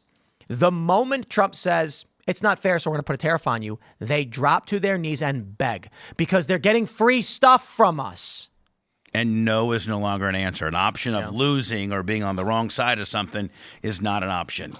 Man, think about how weak the Biden administration was, where they would just be like, we're sorry, Trudeau. Well, I mean, the left, even the Democrats, and I'm not talking about leftists, I'm talking about just regular Democrats, they tend to have this guilt complex about winning, about being the successful or being a more successful country than others. And I think that it even comes down to, we were just talking about parenting, like the whole idea of like everybody gets a trophy, nobody actually wins. That comes from the left. That doesn't come from the right. Like that comes from the left. And when you have that kind of attitude, when it comes to geopolitics, what you end up with is the United States saying, well, we're so successful and so powerful and our economy is so big that it's perfectly fine to allow other countries to have imbalances and let other countries take advantage of us because we're so much more powerful. It's kind of like a participation trophy. Well, yeah, but it's kind of like, oh, we're so much better than you and so much stronger than you. We need to lift you up and help you out. First of all, that does nothing good for the other countries, like that for us to be like, oh, here, let us go ahead, and whether it be foreign aid or whatever, there's no reason for us to give money away. There's no reason for us to have like the significant trade imbalances. There's no reason for us to accept that some countries have massive tariffs on our products that we ship to them, but there's no reciprocal tariffs on their stuff. This is all that kind of protectionism for other countries. It's all unnecessary. In the United States, the government should be standing up for the United States and for the American businessman, for products that are made in America. Like, that should be normal for the government, and they just don't. And I don't know why they haven't. It's not been normal for however many years. Now it's such an abrupt, so now it's like such a, oh my God, you guys are barbarians and on doing the right thing and trying to be pro-America and make the playing field a little bit more even. And now it's because they've had it so good and been spoon-fed and had training wheels for the last 4 years. Now when we try to just right the ship, we look like a bunch of barbarians, and we have to use strong-arm tactics to get things back to where we should have them. If you got a spoiled kid, they've never been disciplined, they're going to cry and scream when you tell them no more ice cream. Yep. And that's what we're seeing right now. And the Premier of Ontario, imagine this. Donald Trump says to this little whiny kid, no, you can't have the ice cream anymore. So the kid screams and says, oh, yeah, I'll hold my breath. And Trump says, okay. Hold it. He held his breath and then gave up. Right. Because he had nothing. He had no leverage. Flying up here yesterday, I had this kid behind me, and he wanted his toy, some kind of toy. Kid was 2 years old, and he threw an absolute screaming, blood curling, just absolute fit. And the parents wouldn't hold the ground and say, no, you're not having the toy. The kid got the toy, and that's kind of what we're going through. The kid gets the toy. Yep, because you know what really irks me, and now getting into like the parenting analogy, is parents who just give their kids tablets and then stop paying attention. Because I've seen like friends of mine, their kids just give them a tablet, and that's what babysits them. Yeah, and then what ends up happening is they become addicted to psychotic content. And then, I hear from people saying things like, well, my kid loves this and he gets mad if he doesn't get it. And I'm like, how does he know it exists? Right. When did you decide that this psychotic and deranged YouTube kid stuff, and it's deranged, should be in front of your child? You let them watch it, and now they're addicted to it, and that's going to affect them forever. And if they do get mad, let them be mad. Yeah, let them throw a fit. I mean, let them throw a fit. You know what? My daughter's going to be watching nothing but BBC nature documentaries. Yeah. She's going to know everything about lions, giraffes, and echidnas. Goodness. That's right. I'm not going to... There's kids programming is fake, and I think it is wrong, and I view it as evil. You have to pick it out for them. You have to pick it out for them. I want to say this. Kids' content is evil. One of the best pieces of advice I got from some friends of mine who'd had kids before me, they said, don't ever play kid music for your kid. Just play the music you like. Yeah. And so my son has good musical. He never listened to any of that trash. It's so the idea and I never had to listen to it. Think about content for children. This didn't exist 200 years ago. Right. Kids were just, they learned from the adults around them. They watched what their dad was watching. There was no TV. Right. There was nothing to watch. Right. 200 years ago, it was you'd get up and you'd watch your dad farm, and you'd watch the chickens, and you'd go out and you'd do work when you were 7. Now, you've got kids content, which treats children like they're developmentally disabled. And instead of children, of humans, growing up and watching what adults do and how they behave, they're watching deranged, quote unquote, kids content that they don't speak in complete sentences. They speak very strangely. So a kid growing up 200 years ago would hear the dad say, oh, we got a storm coming in. We're going to have to bring the animals in because this was going to be a big one. And they learn to talk like that. Now they hear there's a storm. Do you know what a storm is? Well, only on the TV. I mean, unless that's what I'm saying. Parents do that. And they're handing tablets to these kids. I think parents do talk that way too. Oh, it's not even about that, because maybe they do. Is perpetual. But it's the tablets. That's ancient. They give a tablet to a kid, and the kid gets 4 hours of people talking like they're developmentally disabled. Right. And the kids are going to adopt these behaviors, and it's going to stunt them. And we're going to be dealing with a generation of these people who vote. Right. Not too long from now. Nope. Those are the people they're going to have to take care of. I'll be dead. But those are the people that have to take care of you as you get older. No one's gonna take care of me. We were talking to a contractor when we were building this place, and we were talking about building a house, and he was just like, well, I recommend a single floor or whatever, because when you're getting older, you're not gonna be able to climb upstairs, as most people say. And I was like, oh, no. You don't understand.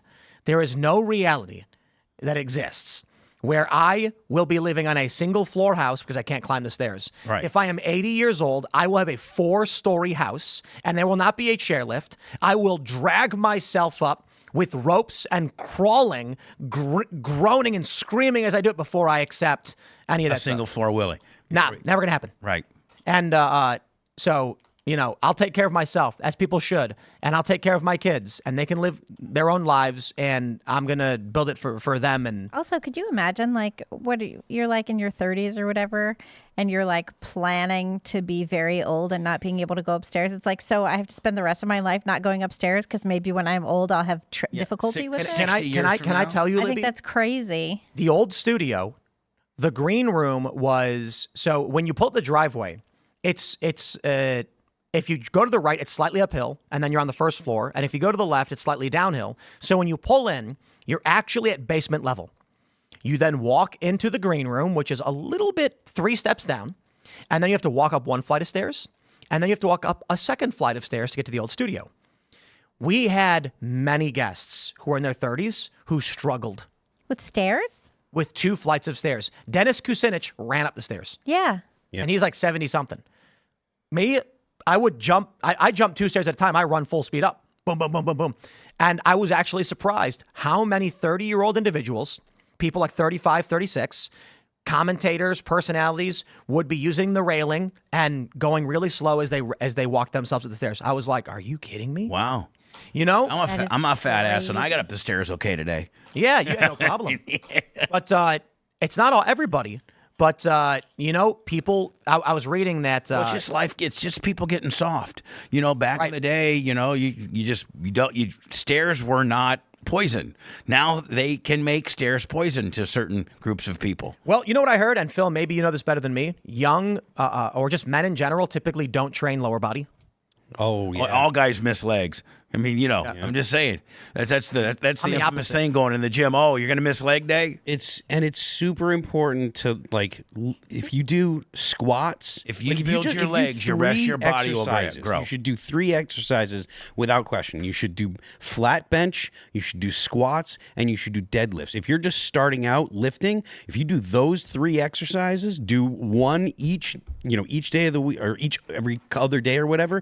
Do that for 3 months. You're gonna have a massive change in your body from just 3 exercises, big compound exercises like that. Squats, deadlift, and bench press. And squats and deadlift are both extremely taxing on your lower body. And they're training both of your biggest muscles. And you know what? You can increase naturally. I've had many doctors on my show, urologists and things like that on my show, that if you train legs heavy, heavier than the average guy, that you can naturally build your testosterone level by 100 points just by not skipping legs. Yep. Because you release so much testosterone and so much endorphins that regulate testosterone and the firings of testosterone. But if you skip legs and you're just Johnny upper body guy, that your testosterone will be naturally lower because you skip legs. I do legs twice a week because I do deadlift. I do a deadlift day, which is basically I'll do deadlifts, and then I'll do like hamstring curls. Sometimes I'll do thrusters for glutes, and then on quad day I'll do squats, and then I'll do extensions, and usually I'll do like some kind of lunge or something like that. But I do legs twice a week. I only have leg day. That's because you skate all day or skate every day. That's right. I can't flat bench anymore, so I incline. I just do incline bench. I incline more than I flat bench. The leg day is really, really important. And if you have a Smith machine, there's no excuse for you to, because at that point, if the squat goes awry on you, you can get out from underneath it. Squats sometimes get tricky, on a person. There's a viral cross section of male thigh muscle mass at 30, 50, and 80. and it's of the average male. Yeah, and I saw that. and it's like by 80 there's nothing left but fat and there's no muscle, and this is why people struggle with stairs. That's awful. And then they compare it to a runner of the same ages, and the muscle's basically the same the whole time. Yep. If you don't use it, you lose it. I'm 60 and I got pretty good quads.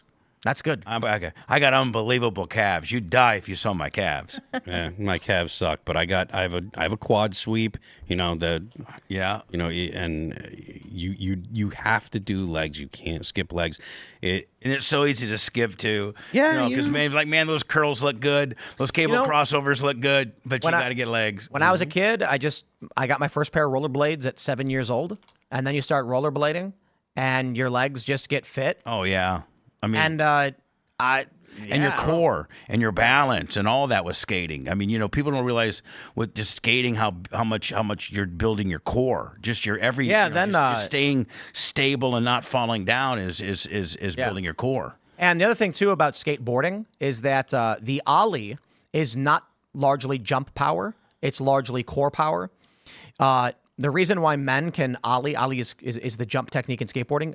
Men can ollie higher than women in skateboarding, not necessarily because they have more fast twitch muscle, which they do, but because men's center of gravity rests higher. What happens is you jump off the ground and then you pull your legs up to your chest. Right. And because your center of gravity is higher, you can pull your legs up higher than a female can when she tries to do the same thing. So women not only have less fast twitch muscle, they require more jumping power to clear the same obstacle. Thus, it is much harder for them to get on obstacles in skateboarding. We were talking about guys versus girls, men versus women on sports and the grip strength and the hunting and gathering and all that kind of stuff. But in your specific sport with skateboarding, and I'm not familiar with it, like the number one guy in the world compared to the number one woman in the world, is it just a vast difference on their ability and skill set and the kind of tricks they can do and the height and stuff like that? A 12-year-old boy is better than the best seasoned female pro skateboarder. Probably a 10-year-old boy is better than the best female seasoned pro skater. In fact, there's a 12-year-old boy competing at the highest levels of men's skateboarding, and it's just, look, man. I think the thing about we talked about this before. Like when you watch women's tennis, if you don't know anything about tennis, I watch women's tennis and I can't tell the difference between that or men's. They're like, but the ball is going faster. And I'm like, dude, I have no idea. Right. I see people playing tennis. I suppose if you didn't know anything about skateboarding, you might feel that way. But I'm fairly confident that if I showed you the best female skateboarder and the best male skateboarder, any random person who's never seen skateboarding before, would pick it out. They'd clearly be like, wow. Because the dudes, like, let's talk about vert skating, half pipes. Like, it is only in the past couple of years women started doing rotations. So to be fair, the first 540, I think, was maybe like 15 to 16 years ago. The first male 540 was in the late 70s. The first male 720, which is two full spins, was done in the early 80s. The first 900 rotation, 2.5 spins, by Tony Hawk in 1999. The first female 900 was just last year. 25 years later for a female to finally hit that Now, benchmark. what are we at now? Like at 1260. That's where they're at now, 1260. Yeah, I think Mitchie Brusco. Is it Mitchie who did the 1260? I think it was Mitchie. And no one really cared. It was kind of crazy. He landed a 1260 on a skateboard, and it's just like, nobody really said anything. It's a natural progression then. It's 3.5 spins. Yeah. If you watch male vert skateboarding, every trick they do, save for some where they're just turning around, is going to be spinning with the board flipping underneath them and they're catching it. If you watch women, they go up and down a couple times. Right. Yeah, right. no joke. They go up and down a couple times. And I mean that no disrespect. There are some female runs. They're starting to do more 540s, which is it's 1.5 spins on a half pipe. So you go up, you spin around, 540 degrees. There's no question. And the funny thing is, they keep making this argument in sports that it's after puberty. So they're like, if a male individual went through transition before puberty, then they don't need to qualify. And no, the first 1080 spin was done, I think, by an 11-year-old boy or a 12-year-old boy. So this is way before puberty. Way before puberty, right? Or I mean, just before. Or yeah. But if you compare a 10-year-old boy to a 10-year-old girl, it is. There's no question. Right. There's none whatsoever. You're going to be like, dang. Right. The skill and ability is it's insane. Right. Anyway, let's go to Super Chats and Rumble Rants. My friends, smash the like button, share the show with everyone you know.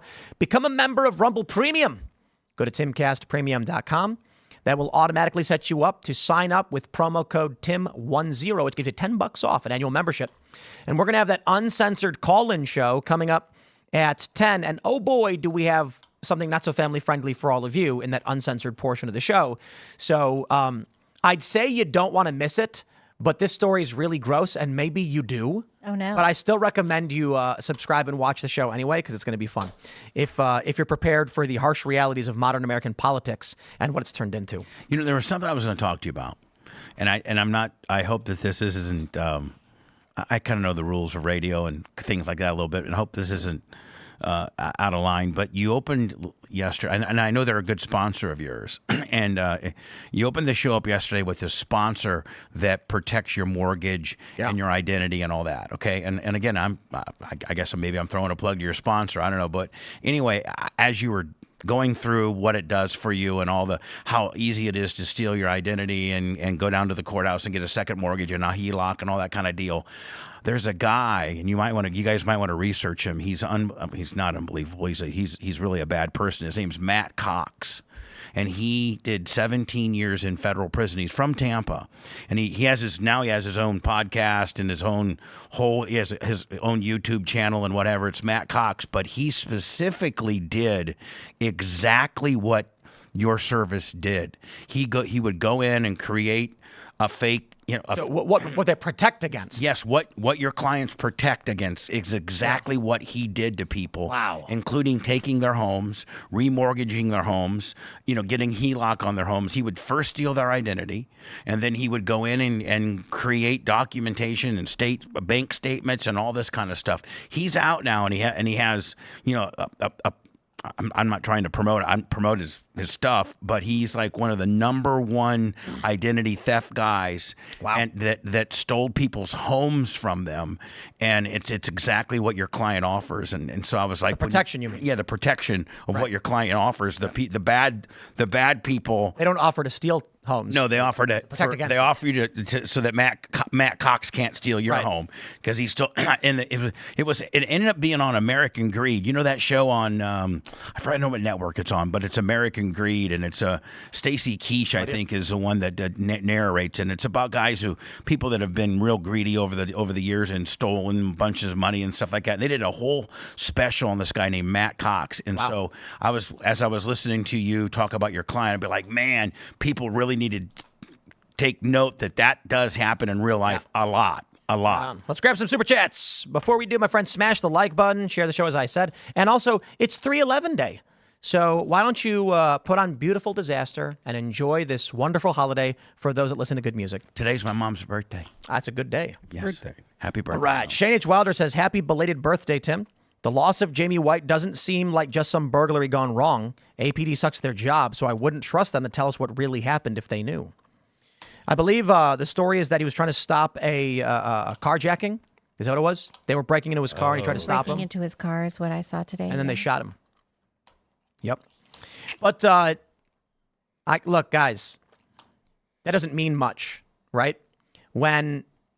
If there's a journalist who's investigating something, and I'm not saying this story specifically, but how do you think they would take that person out? Do you think they would just walk up to him and yell, "This is for the government, don't investigate us, bang, bang, bang"? Mm-hmm. Or would they be like, "Hey, you, give me that car. Oh, I'm a regular old burglar." Right. Mm-hmm. Exactly. All right, let's go. Let's grab some more Super Chats. Jason Dixon says, Timcast.com equals more money to do good stuff. Timcast.com Discord means you showing up, plus you showing up more equals more money to do more cool-ish with. How about you spend some of your time with us for the first time in the Discord? I am in the Discord. But y'all should, I think he's talking to everybody else. You guys should join the Discord server so that you're not just passive listeners of the news. You actively get involved. If you've been wondering to yourself, what can I do? I don't even know where to begin. You start by meeting people. So you go to timcast.com, you click join us, you join the Discord community, and instantly, whatever you say is seen by 20,000 plus individuals. Mm-hmm. So if you're like, I got a really good idea, You could go on X and tweet it with a hashtag, and hopefully somebody sees it. You could respond to somebody, hoping they see it, or you can join the Discord community where you're instantly in that chat room with tens of thousands of people, and then they're going to argue with you and say your idea is not very good. You should rethink it, or maybe agree with you. Maybe a great idea. Maybe. And they're going to be like, dude, that is the greatest idea I've ever heard. How come we've never heard of you? And then you'll say, you have now. All right. Real John from Naples says, Bubba Army representing. Real John from Naples is a great listener. Thank you, John. Right on. What do we got here? Beavis McLean says, Tim, you were the inspiration for my addition to the culture war. If you want the most hilarious stories from the military service, look for Camo Comedy Podcast. That's 2 M's in camo. Find out how many Jeeps you have to borrow to see Bob Hope live in Vietnam. Oh, geez. That sounds like a good idea. That sounds fun. I bet those are good stories. I bet you have a lot of stories, too. maybe like a sitcom. All right, Jacob Bawley says, let's say the Supreme Court is partisan and skewers the Constitution in a way that isn't constitutional. Article 2, Section 1 says the president has a duty to uphold the law. Would he be obligated to oppose the Supreme Court? Crisis? Yep. Yeah. And that's the challenge we're facing right now. 562 Mike A says, Tim never reads these over on the Rumble Rants. As you read it. That's right. Let's go. What is this? We'll grab this one. Yaquindia says, celebrities threaten to leave because they want to be begged to stay. And then when nobody does, they leave. Like kids. Libertarian Hawk says, holy ish, I did not even recognize Bubba the Love Sponge. I am a Tampa native too. Well, thank you. I don't know if that's good or bad. Forced name change says Canadian exports to the U.S. are 20% of our GDP. U.S. exports to Canada are 1.3% of GDP. If tariff war halves our revenues, we lose 10% GDP. You lose less than 1. Doug is a liberal F-boy. Well, there you go. Let's see. Hans says technological pacifiers is tablet parenting. Yep, absolutely. No tablets, no phones. That's a great name. Nope. Tablet parenting. That's a great name. Yeah, I am disgusted. Like you said, what you were going to expose your daughter to giraffes and polar bears and stuff like that. BBC Nature documentaries. Yeah. She'll be so more worldly and better than the person that's thrown a tablet in front of them and that's their parent for 4 hours. Allison is reading stories to her, reading books, and I have been explaining math and dimensions and physics. So she already understands. She's 2, right? No, she's 2 weeks. Oh, I thought she was 2 years old. No. Oh, she's man, now 3 weeks. You're really starting early. Oh, hell yeah. She's going to be, wow.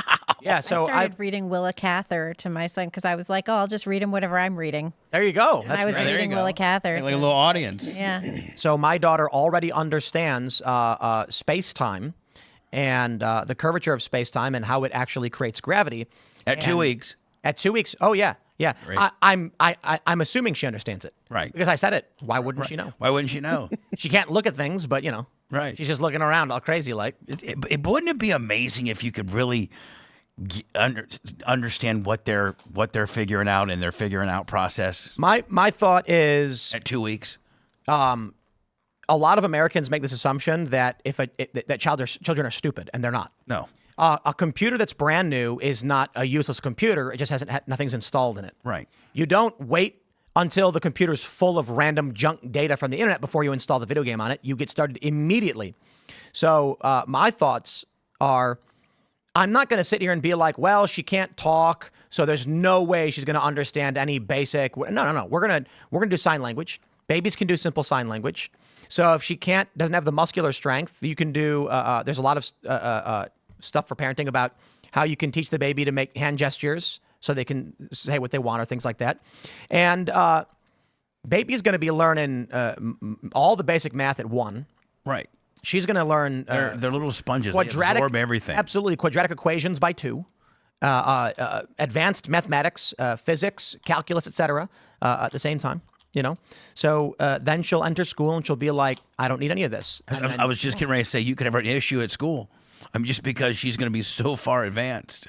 She probably won't go, to be honest. Yeah. Schools are a waste of time. I believe in homeschooling in the right situation. Oh, yeah. Yeah, I am. My experience with school has led me to cheer for the destruction of the Department of Education, which we didn't really get into, but they ordered all the employees to leave by 6 and not come back. Right. And it's just like, look, man, schools are miserable places and they're daycare centers for a destroyed economy where both parents are forced to work because of the nature of the liberal economic order and how it destroyed families and their households. And it should be, and as it has always been, that you can have 2.5 kids and just the dad works. Used to be. And that's when school was okay. But the problem is now that both parents have to work, school is daycare. Right. And so parents are like, I have no choice. And then you're giving your child to the state to be indoctrinated with garbage nonsense. I am playing that game. Let's go. Richard Slammer says, well, Tim, I've tried 10 times Super Chat. What I feel about the fat POS who is your guest tonight. Oh, geez. Oh, wow. I have anti-fans. I'm pretty sure you've never Super Chatted about Bubba the Love Sponge. Yeah. Or if you did, I've had no reason to read it because why would I read a Super Chat about Bubba when he wasn't here? Right. I have a lot of trolls, too. Yeah. Yeah. People that really hate me. Well, then. OJP says if green card holders can't use the second, they can't use the first. Interesting. I did see one person argue that green card holders are not, what's the right word I'm thinking of? Right? No, green card holders are not subject under the provisions of 221 subsection I.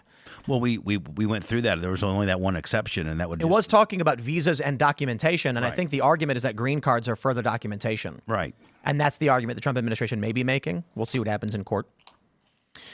Brandon Rodriguez says, Phil, I love Destiny 2. What class do you play? I got all 3, but I kind of main a warlock usually. Yeah, like who doesn't play all 3? You know what I mean? I don't know. My first character was a warlock because it was described poorly to me. Otherwise, I would have played a hunter. And then, you max out warlock, then you do hunter. Titan's boring. I agree. I don't like the Titan jumps. The Titan jump is annoying. The warlock and the hunter have the best jumps. So Yeah, hunters. Yeah, the hunter's triple jump, right? Well, the warlock's like the air dash, which is fun, but the triple jumps make for better glitch hopping. Yep. And reaching faraway places. And cheesing. And cheesing's allowed. Cheesing is allowed. Absolutely. If the game function exists, you're allowed to do it. Absolutely. Just because they're like, well, there's no honor in doing that way. Dude, we're playing a game. There was a cheese that the developers actually made into an actual thing in the game. Oh, really? I forget what it was, but there was a glitch that people had found, and they were just like, oh, and so many people did it, and it was so popular that they actually made it into something in the game. So for those that don't know what that means, cheesing is in a video game. Let's say there's a big dragon, and you're a knight, and you're supposed to fight the dragon by blocking the fire with your shield, and then swinging a sword at the dragon. And then someone eventually finds out that if you jump on this rock to the left, the dragon, for some reason, can't throw fire at you, so you can keep hacking away without having to worry about the fire. That's called cheesing. You found a way to beat the game in a way that makes it very easy, and the developers didn't intend. That's the game. I got no problem with maybe the developers made that gimmick so that people it would be a little cult-like thing. People would find it. Well, to be fair, they end up, they patch them out. Oh. So when they early Destiny, bro, you played Destiny 1 when it first came out? How much fun was that when you could just farm all the engrams, and then they were like, you're having too much fun, stop, and then they disabled it, and I'm like, stupid. So like on an update or something, they'll take it out. Yep. Yeah. Back when you could use Sparrow, you could use the Sparrow to go through walls, remember that? Yep, the wall glitches. And then there was, you could go to areas that were in-game that weren't yet released story-wise. So there were actually parts of the map that were blocked off, and we would break through the walls by glitching and then going and exploring the future, the future expansions. Really? And then they were like, stop having fun! World of Warcraft, we used to do this all day. Dude, World of Warcraft vanilla was the best because there was so much world that was undeveloped that you weren't supposed to get to, but if you knew how to play, you could. You could get to the undercover part, You could go under Stormwind, under the main city. You could go into areas that were on the map, but you didn't actually have an entrance. And then the developers were like, stop having fun! And they patched and got rid of it all. And now it's not fun. Now it's the game sucks. Yeah. And I know some people still play it that are listening right now. What are your favorite games like that you guys play now? I play Destiny 2 mostly. I've always liked Halo, so like I've got Halo, the class. Hasn't Halo been around for what, 20? Still good though. Halo's fun. The original Halo came out in the aughts sometime. I don't remember. Yeah. I personally think Halo 3 was kind of like the apex of Halo. I got into Halo like a lot when they started doing multiplayer during Halo 2. So I've been a fan of that game forever. But I like first-person shooters. So Halo and I play Call of Duty some, not a ton. But yeah, mostly Destiny right now. I like Destiny 1 PvP was way better than Destiny 2. Yep. Because what they didn't like about it was that everybody just eventually started using shotguns.